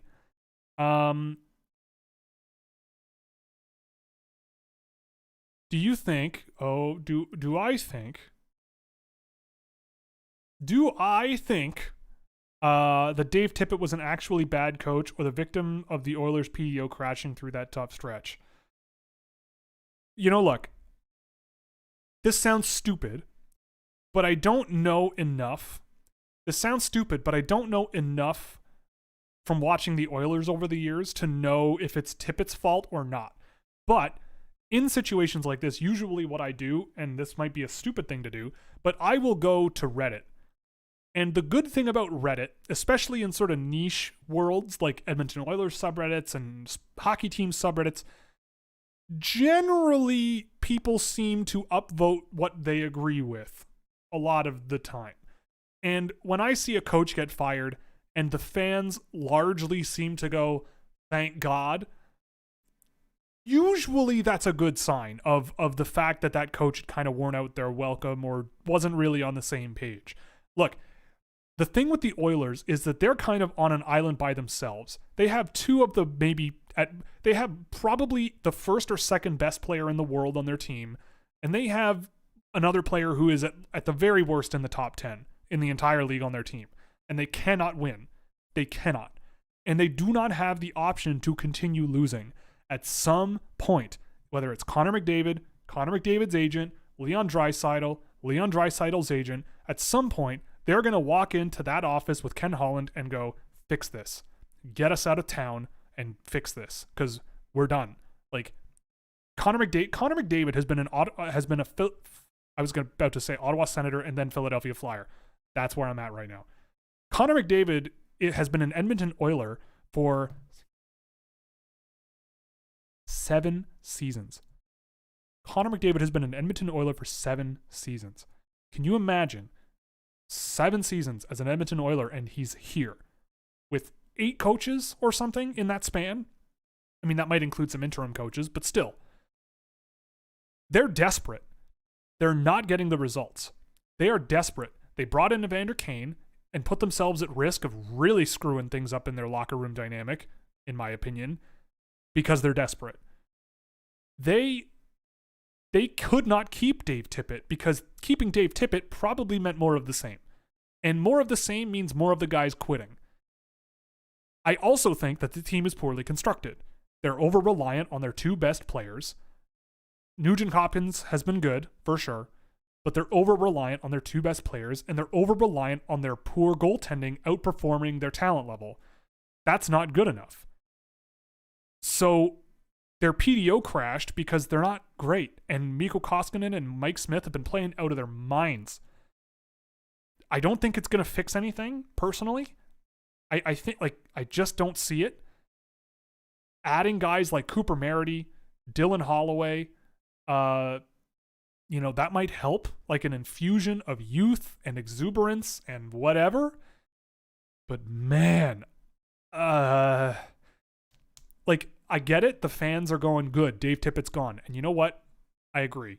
Like, if it's the majority opinion amongst fans that guy should be gone, usually fans are generally correct in that. It's the team's been bad, blah, blah, blah, blah, blah.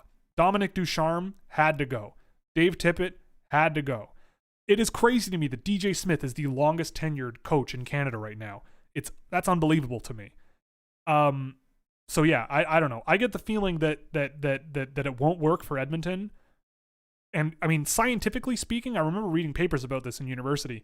There is a bump to adding a new coach and replacing your coach mid-season. So historically speaking, there is a bump, but things regress at some point. So maybe it's enough to get the Oilers back into sort of playoff mode and sort of like, okay, like let's get ourselves competing again. But the proof of the pudding is in the eating of the pudding. And the pudding that the Oilers have on the ice, outside of the delicious, the delicious stuff that you can put on top of your yogurt in the morning, or the quality of the yogurt, which is the whole idea, is not very good. They got the most delicious toppings in the world, but the yogurt stinks, right? And it's packaged poorly. And I don't know how you fix that by putting a new lid on it. Like it's I don't know. We'll see. Maybe they're spectacular and we all don't know it. But I don't know. What are your tiers to a player's skating? Is there a certain thing that separates the dynamic players from the solid players? So it's a good question. I kind of look at it like, so it's kind of why I rate the way I do. So let's throw everything out and focus on what I call the move category. So for anyone who doesn't watch my videos, they're coming next month. but the move category isn't about skating or speed or whatever, but it's about how the player moves with and without the puck. So how are they in skating, spinning up their crossovers to get into open space? How are they when guys are draped all over them? Do they escape with speed? Do they escape with power? Do they pass the puck? Whatever. Like, how do they behave in those situations? You know, are they fast? That's a factor. So when I look at it, a guy that's like a 1 in that category is someone who pretty much across the board for things I'm looking for shows the capability of being a guy that can push the play up the ice really well. So if they're, say, really resilient and they're no problem under pressure, 2 guys draped over them, they can find a way out of it and find an outlet pass, that's not quite enough to make them a 1 to me. If they're like slow in open ice, always the last man in the offensive zone, they get closed down a lot in transition moving offensively. That's just not quite what I'm looking for. At the same time, someone who's unbelievably fast in a straight line, but can't move left or right at that speed to save their life and doesn't have a ton of skill, that's not checking the boxes there.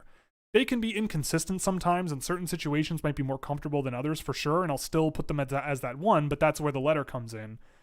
Past that, I mean, if you're missing, say, real high-end speed, let's say you don't have a ton of high-end speed and your edges aren't great and you can't really use your turns to evade guys, to me, that's a long ways to go to get to like a really high-end level skater at the end of the day, or a really high-end level move category guy. So that might be more of a 2. If all they can do is skate really fast in a straight line, and that's literally it, they buckle under pressure, they don't battle hard, they lose control of pucks constantly, maybe that would be a case for a guy like a 3. But those are rare, especially with like the guys that I focus on in junior hockey, because I don't really focus on guys that are sort of 4th, 5th, 6th, 7th round draft picks that much. I mean, at least not in my books. So yeah, it's a little complicated, but definitely might be a question, Ray, that you might want to keep and ask for the Discord server as well, because I'm sure myself and other people would be able to expunge on that topic as well. Do I watch any overagers like Kyle Jackson who didn't get drafted from the OHL last year? Yeah, I've looked at a few. Still not, I don't buy what Kyle Jackson is selling personally. Not a lot of OHLers that were undrafted last year have really blown my mind this year, especially relative to other guys eligible. Maybe there are some that are diamonds in the rough that teams are going to take a swing on and they work out. I just haven't seen a ton of OHL overagers. I do check in on them once in a while, and I don't see that many that are really blowing my mind. We all know teams will reach for the gritty physical player, like Ottawa. Yes, fair enough. At what range do you think a team could reach for Gaucher this year? I think he could be reached on pretty high. I mean, I think Nathan Gaucher is an interesting character. Like, he's not... I think he'll play in the NHL. Like, I think Gaucher will be a guy that plays bottom 6 minutes in the NHL. Decent, powerful, quick, forechecking guy that can play center, but also on the wing if you need him to, probably. I think that he's a better playmaker than you would think. But I also think that he's a guy who... kind of does panic passing outside the offensive zone quite a bit. Like, if he isn't chasing pucks down in the offensive zone, being the first guy in on a puck retrieval and making a play below the goal line, he's not really doing a whole lot except being really physical and quick. So, but at least he's quick. Like, at least he has some speed to him. He's got some intensity to him. He does have a bit of a playmaker's brain to him a little bit. But yeah, I mean, I think someone will reach on a guy like Gaucher after the top 15, maybe. Like, if he goes like 24th, I would not be surprised whatsoever. I wouldn't be surprised at all. So how good is Adam Ingram? First, or second, third, or more round pick? So I've got Ingram in my second round, and like well into my second round.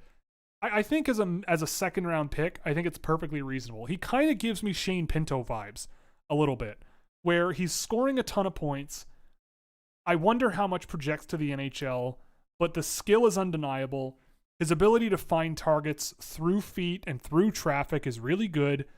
He's got a decent amount of speed. He can get moving pretty good. He's got some size. I certainly think he's going to be a successful college player. In terms of the NHL, I mean, would I draft him in the first round? He's in a tier that stretches up to 28, 29, 30.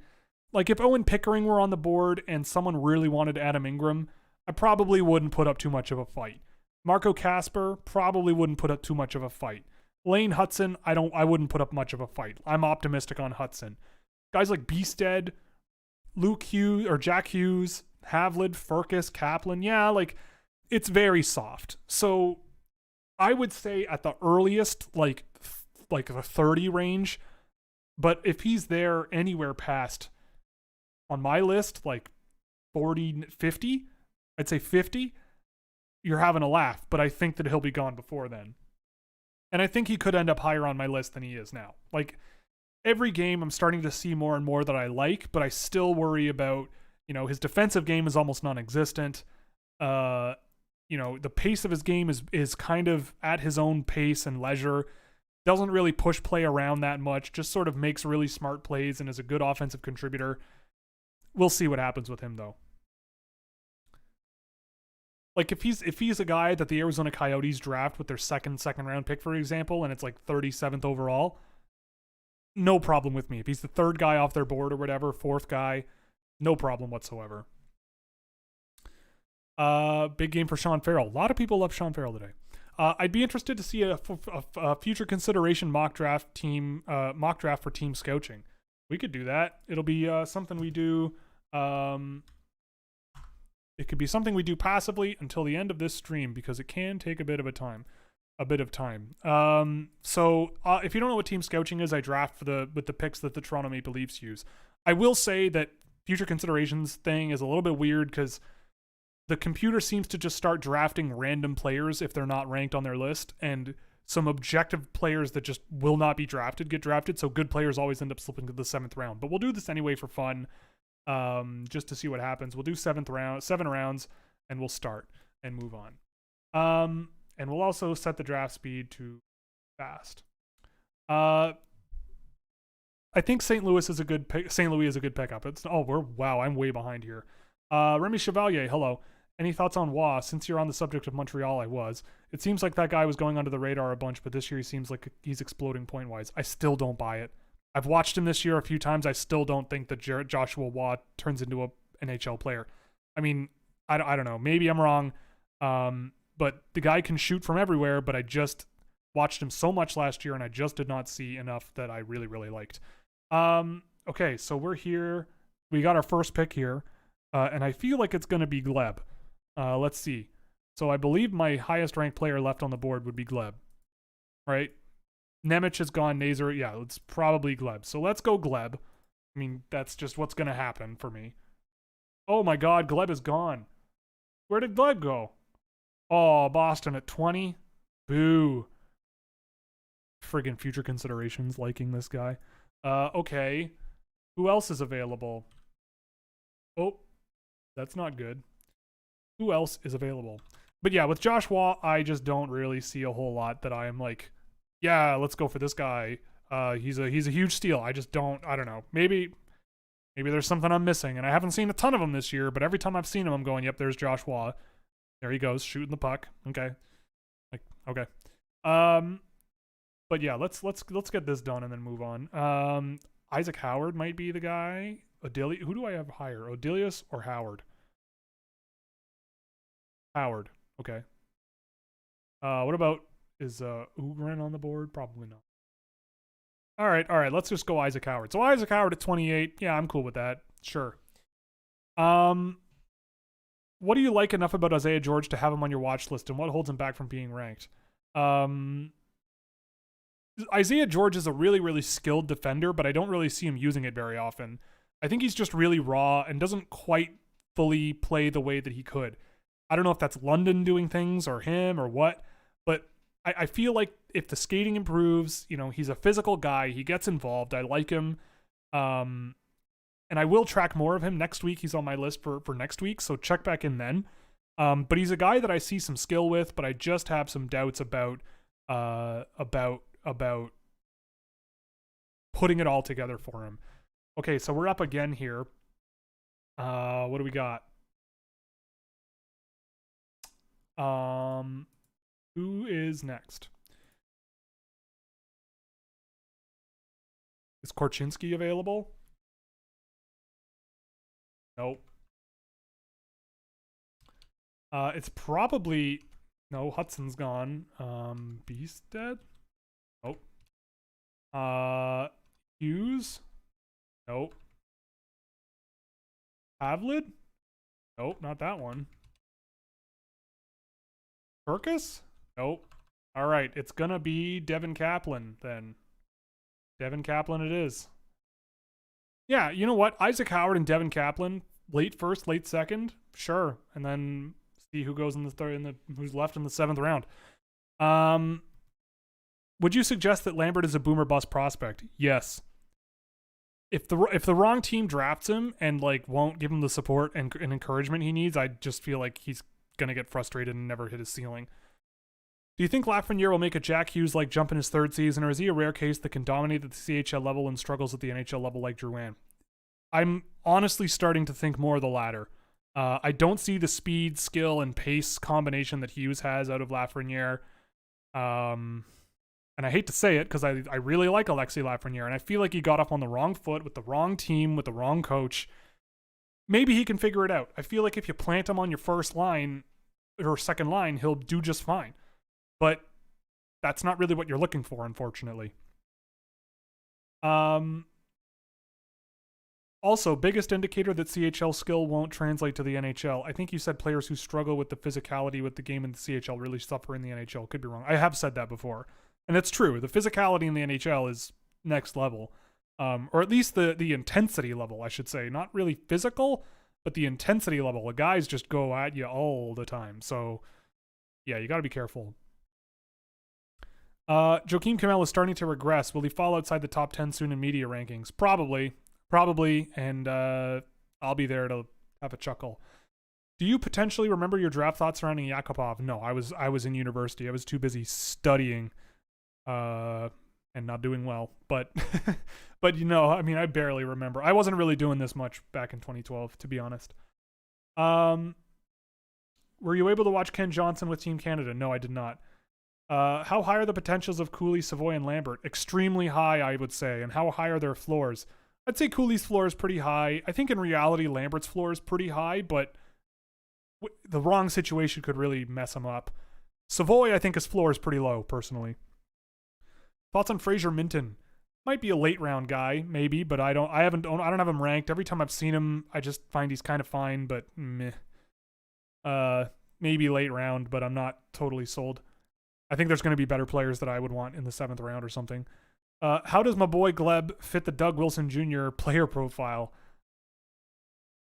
I would say he fits it pretty well. I don't know if Doug watches these, but Doug, give me a call sometime. Maybe I could convince you on Gleb Trikazov because I think he'd be a good fit. Okay, we are now at the 7th round. So I just am going to have to figure out guys that are probably available here. Definitely not Tyler Duke. Probably not Sam Rinzel. Wait, what?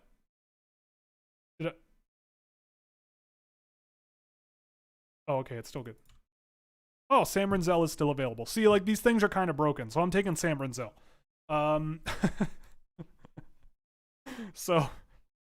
So we've got 3 guys that might go in the 2nd round. Yeah, Howard, Kaplan, Rinzel. I'm happy with that. 2 really good scoring, skilled wingers. One guy with a lot of size and a defenseman that can really move around the ice, really pass the puck, and it's a ton of fun to watch. So yeah, I'd be happy with that, but it's not going to happen. Ronan, hello. I've never got to tune into these live. Oh, that's too bad. Have you watched any Mason Lohrei? Not this year. I know you didn't like the pick at the time, but he's tied for the lead in defenseman scoring for the NCAA. Damn. I did not know that. Good for him. I mean, I saw him play last year. There's a lot of skill there. A lot of evasiveness. He's fun to watch, for sure. But good for him. I mean, yeah, he's a point per game as a freshman. That's pretty nuts. So, yeah. I don't know. Interesting. Fascinating. But I have not really ever taken a detailed look at his game. Maverick Lamoureux, where do you have I don't have him ranked. I don't have Lamoureux ranked. The last game I watched of him was terrible. And the first game I tracked of him was moderately okay. He's just a player that I think gets drafted like 20th overall. I think the team is nuts. An NHL coach will see how big he is and how mobile he is and ram him into the NHL, and I just don't really know. I don't know. I don't see it. He's not my kind of player. Any prospects in the ranked rank highly or not with a wow factor? Gleb Trikazov has a wow factor. Sometimes Isaac Howard at times kind of does too. Alexander Paravalov certainly tries a lot of things that are like that. But yeah. Do you see any glimpses of Lafreniere that might show a breakout? I haven't watched much of the Rangers this year. Which forwards would you say are the best problem solvers in the draft? Probably Shane Wright. Yeah, Shane Wright. Yuri Slavkovsky probably is up there too. You say forwards. So Slipkovsky, Wright, Nazer, I would say. Yurov is up there. Maybe Meshar. Some combination of those guys. Excuse me, I need water.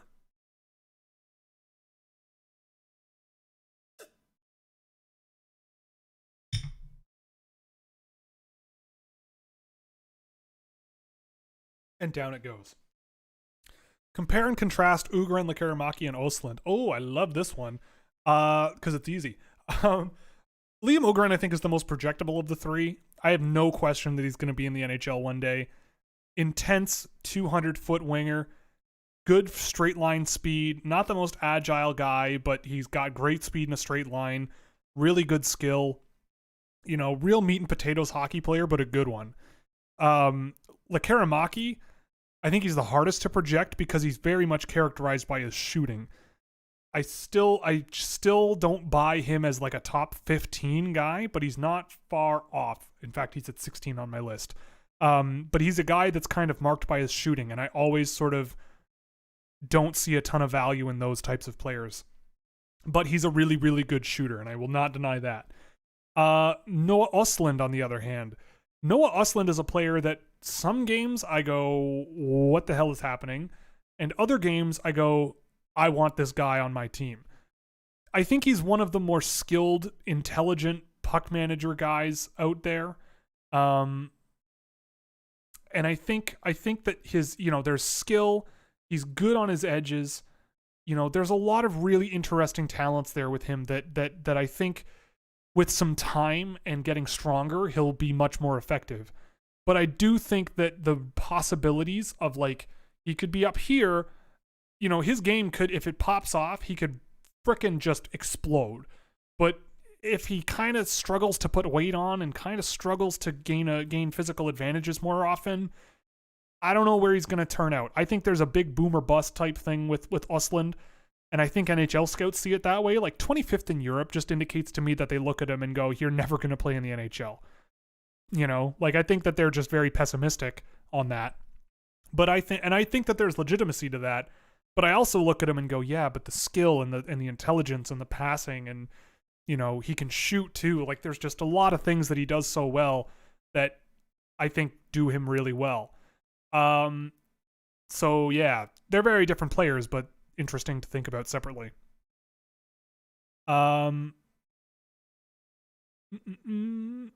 Would you do Toffoli for Zari in a 2022 first? Seems like Toffoli's penciled in Calgary. I'd probably want Coronado. But I feel like with Toffoli, you're not going to get both of those things. You're not going to get a first round pick and the guy they just took first in the first round for Toffoli, I don't think.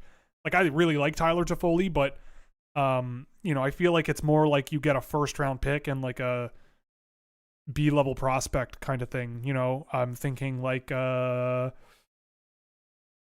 don't know, who have they drafted recently? Let's take a look. This one.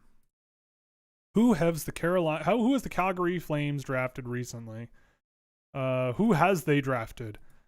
He said with his university degree over there. Oh no, it's not over there. Where is my degree? I don't know. Oh, whatever.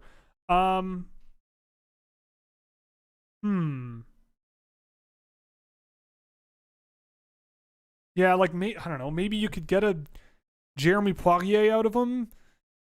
I don't think you're going to get a Jacob Pelletier out of him. Ryan Francis would be a guy that I'd want. Like, if I could get Ryan Francis, a first-round pick, and, I don't know, Strumgren or something for a Tyler Toffoli, I think that's more reasonable. Because I don't think they're going to give up Zari and a first-round pick, or Coronado and a first-round pick. Maybe, but I don't think so. Thanks for your work. Oh, thank you, Andrew. Have you seen Pastujov play this year with Guelph? If so, do you think his skating has improved?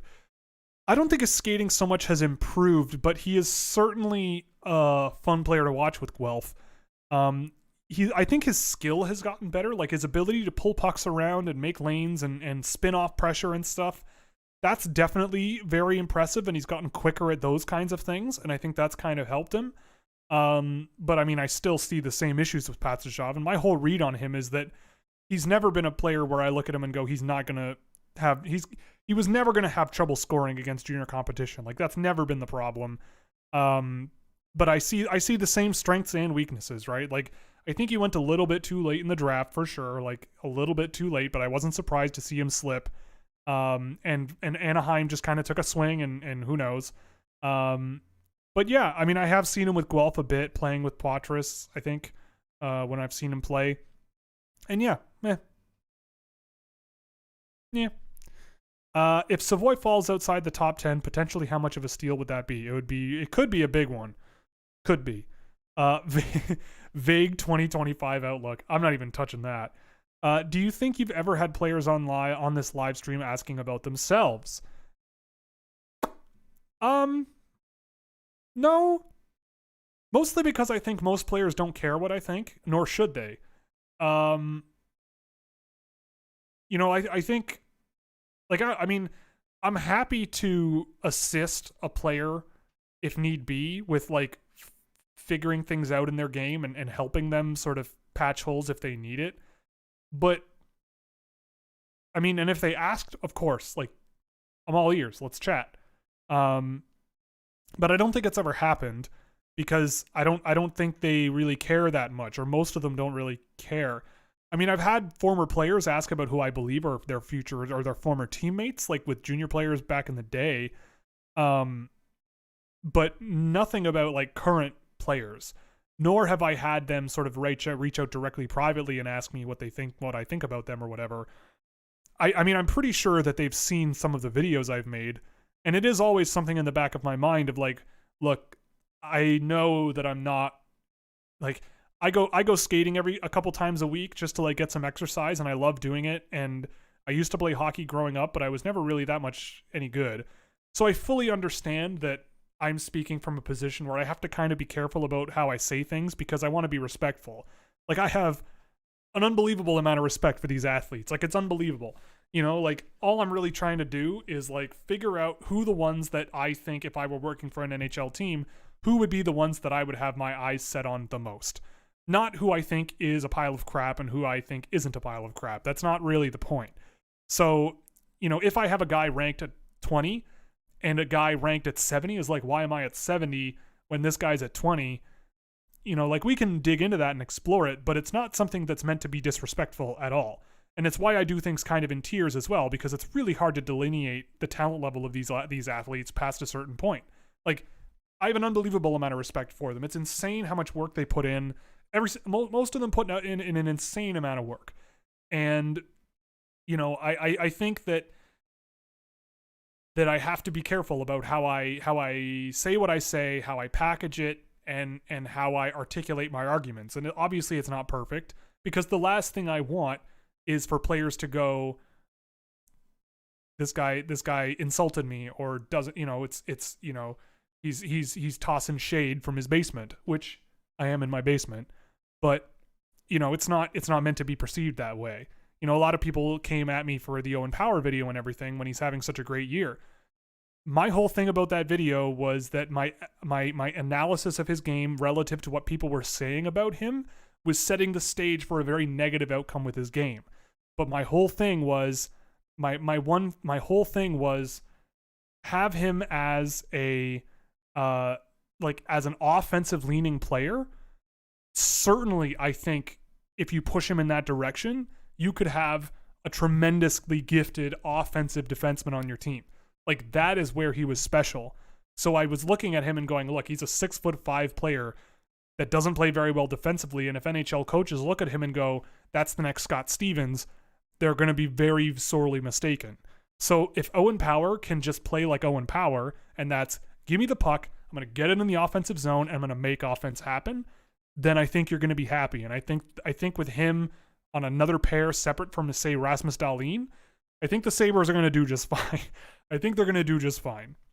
But I also will say that I look at Matty Beniers this year and have loved how he's played. I will look at Luke Hughes, who is a full year younger, loved how he's played.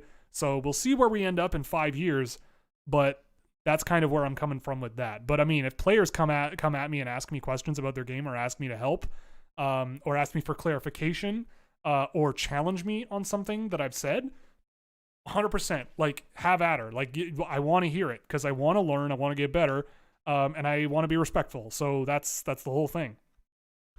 The thing with Lamoureux is that even if you ram him into the NHL too quick, he'll get the NHL player tag, and you'll probably be able to trade him for a great package because he's big, fast, and a right D. Maybe, but we'll see. I don't know. Someone's going to draft him. We'll see what happens. I'm sure he could be an NHL defenseman, just not one that I would want to have drafted. Right? Like, that's kind of the thing. Quick thoughts on Jackson Edward of the Knights. I don't know. I haven't seen him play, so I can't tell you. Would you bump up Reichel in his draft year? He was really good in his couple games with Chicago. Probably not, because I already had him pretty high. Let's see. So Lukas Reichel. So I had him here. I had him ranked at 19. And moving him up would mean putting him in a higher tier. Could I have put him in the same tier as guys like Kuznetsov, Jarvis, Sanderson, Bork, Mercer, Holloway, and Gunler? Maybe. But, yeah, like, I see him as more on the level of guys like Perreault and Quinn and Peterka and Gooschin and Wiesblatt and Zari. But Lukas Reichel is a very talented player. I definitely saw a lot more that I liked, and I think I had him ranked higher than, like on average, he was ranked 31st. I had him 19th. He was 11th in Europe. I'll take the dub so far. But yeah, he has looked pretty good with Chicago this year. Have you seen Eklund play at center yet this year? Honestly, I have not. Only very briefly, and he's looked pretty darn good at it. But we'll see. I still think in the NHL he hits it as a winger, but he's been looking pretty good playing center in Sweden this year. What would you say is Tyler Duke's best quality? Probably his ability to find pass outlets under pressure. He's a small guy, but he doesn't back down. He keeps battling. You know, he gains body positioning and creates, you know, just creates something out of nothing a lot. And he's also a really good stick checker. Like, if he gets close to you, he can get around you pretty quick. He can get the puck off you, move into open space and out to an outlet option pretty well. So those are things that really step up or stand out to me, at least. But there are seriously things that limit his game, but I definitely think that those things, yeah, I mean, you say best quality, like number one thing. He can shoot the puck really hard too, but I think the best quality that I really like about him is just his behavior under pressure for sure.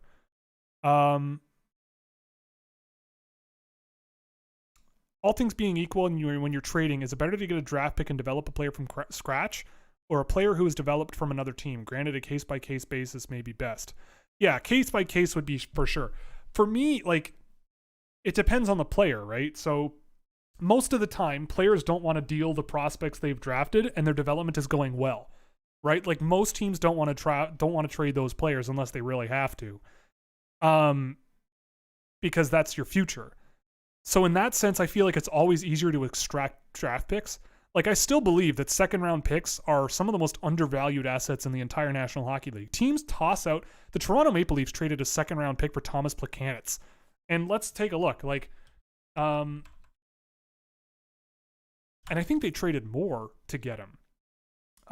So this would have been, what year is this? 2018? Okay. So 2018 draft. So what was the pick that Montreal got? So number 19. Okay, so trade condition number 19. Where is it? It does not say. Okie dokie. That would be helpful. I think Wikipedia is better for this. Like, just looking at the 2018 draft. So from Toronto, Montreal Canadiens from Toronto. So Montreal got Jakob Olofsson, but Philip Hollander was still on the board, and he's still a pretty good prospect. David Gustafsson, he would have been on my list at that pick. He's a player for the Jets. Who else? Jan Yannick has come along really well. Tyler Madden was available.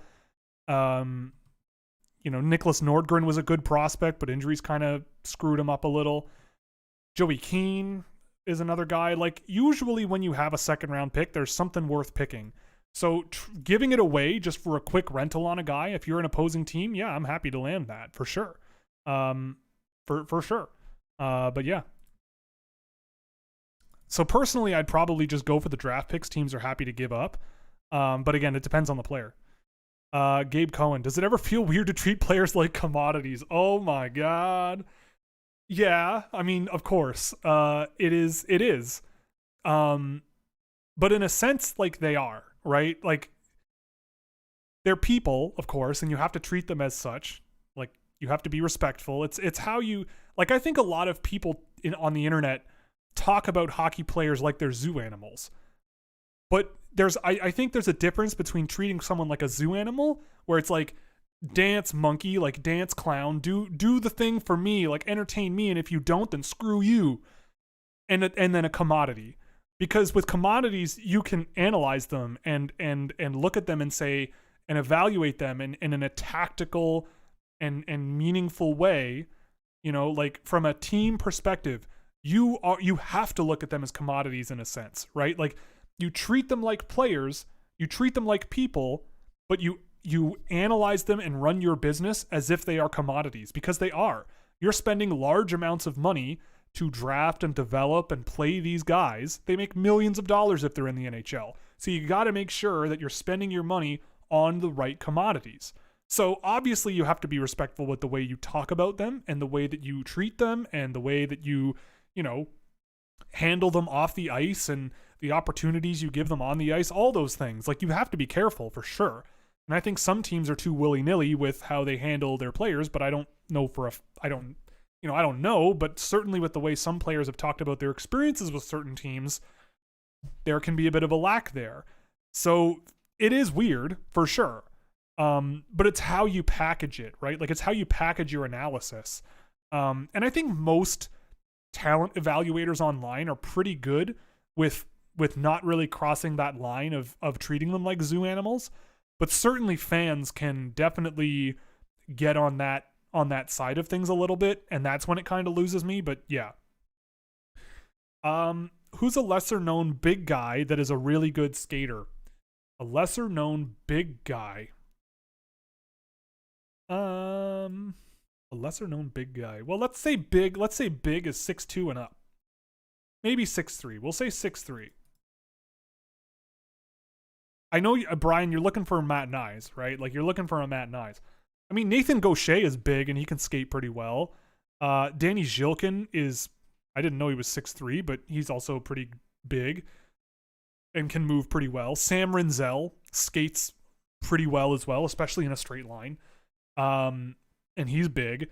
Philip Beestead is up there too. Who else? Maybe Philip Nordberg from time to time. Philip Nordberg. Cutter Gauthier is a motor. That guy is a wagon. I would say Gauthier, Rinzel, Gaucher, big, strong skaters. Slipkovsky too from time to time as well. But definitely, yeah, those guys are up there.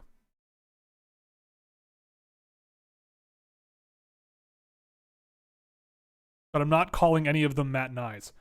Who's someone you think had the biggest growth from when you first saw them at the start of the year to now? Ooh, that's a tough one.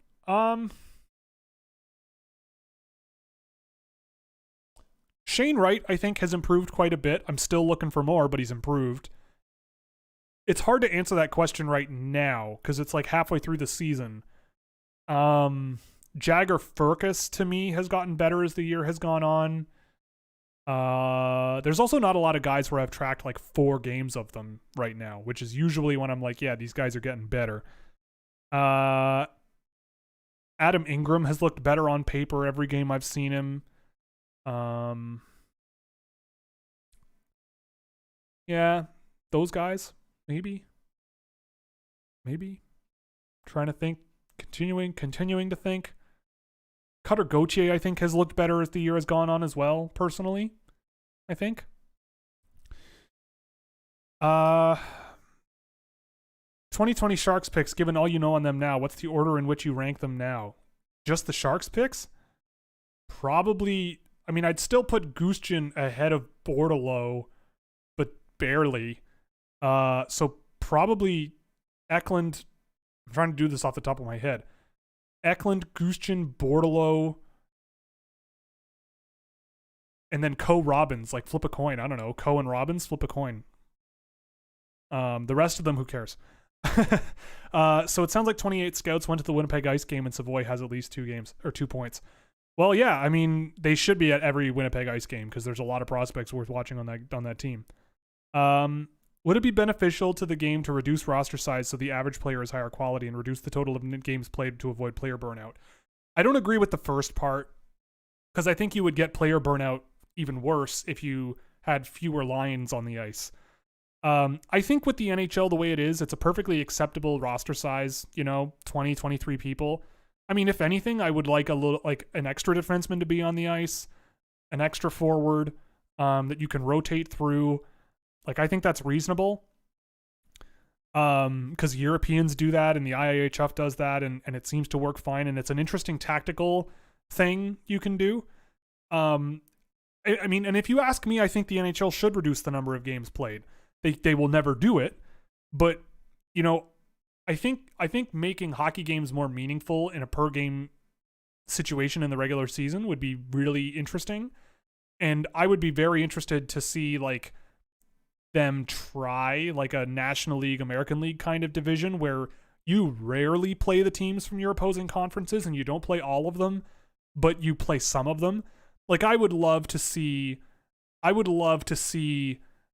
things like uncertainty, right? Like how I don't know how a team is going to play against a certain team from the West if we make it to the Stanley Cup final because we've never played them before. Like I would love that kind of angle to NHL hockey. It's never going to happen because they're never going to decrease the number of games played. It's never going to happen. But, for me, I feel like the NHL playing fewer games in a season that makes them more meaningful. You can shorten the season a little bit. It's a physical, punishing sport. You can give guys more days in between games to rest. It gives fans more time to look forward to the next game. Like you get riled up when you've got 3 days to wait instead of 1. So it's an interesting idea, but I don't think it's ever going to happen. Any thoughts on overagers Ilya Usov and Tucker Robinson? I'm not a huge fan of either, honestly. I've seen Usov play since he was in junior. Don't buy it. Tucker Robertson, I've seen him with Peterborough this year, and I also don't really buy it. But I will go back and check up on the OHL overagers. I just haven't seen much out of either of those guys. Like again, at what point would I go, this is the guy I want? And for both of those guys, I go, I don't know. I don't know. So probably the answer is no. And I missed Weisblatt. Yeah, true. I missed Weisblatt in there. So I'd put Weisblatt maybe Gushchin, Bordeleau, Weisblatt. I'd say Gushchin, Bordeleau, Weisblatt. Flip a coin. A 3-sided dice, if you will, if you play Magic the Gathering. A D3. Roll a D3 for those 3 guys. Flip a coin for the D2 beyond those 2 guys. For Robbins and Co. With Eklund at the top. Has the talent of the OHL regressed with them not playing last year? I believe that that's true. Personally, I think that's true. I just think it's a tough year. Like, I feel like it's been a tough year and a tough couple of years for the OHL, and it's going to take some time to get back to that level of dominance. I don't know. I get the feeling that it really hurt a lot of players personally. Sharks. Oh yeah. Okay. So that was the thing I just reacted to. Okay. That's it for tonight, guys and gals. It's almost 10:30. I've been on here for a while. So thank you very much for joining me. This was a lot of fun. Had some good chats. And again, I'm going to plug everything here. So the Blue Line Hockey IQ program, you get 10% off with the code Scouching. You can apply to the video editor position down below if you haven't already. I will get back to the people who have made submissions by this weekend. The deadline for submitting your videos is Family Day long weekend, which is next weekend here in Ontario. And then hopefully we'll find the right person by the time March rolls around. Also, keep in tune with the McKean's video team. We're going to have some stuff coming out as well. And yeah, if you like what you watch, you can subscribe, hit the bell or whatever the cool YouTubers say. I've got a Patreon as well, with lots and lots of fun little toys you can play around with to visualize my data, as well as data from other sources with the illustrious Dave McPherson at Pick 224 and his data, which I have repackaged and such. You can check that out. There's a great Discord server in there where we have lots of good discussions, and we'll continue to do so. So thank you very, very much for coming tonight. We'll see you next week. Watch some Olympics, have some fun. Get your booster if you haven't already. Have a great week.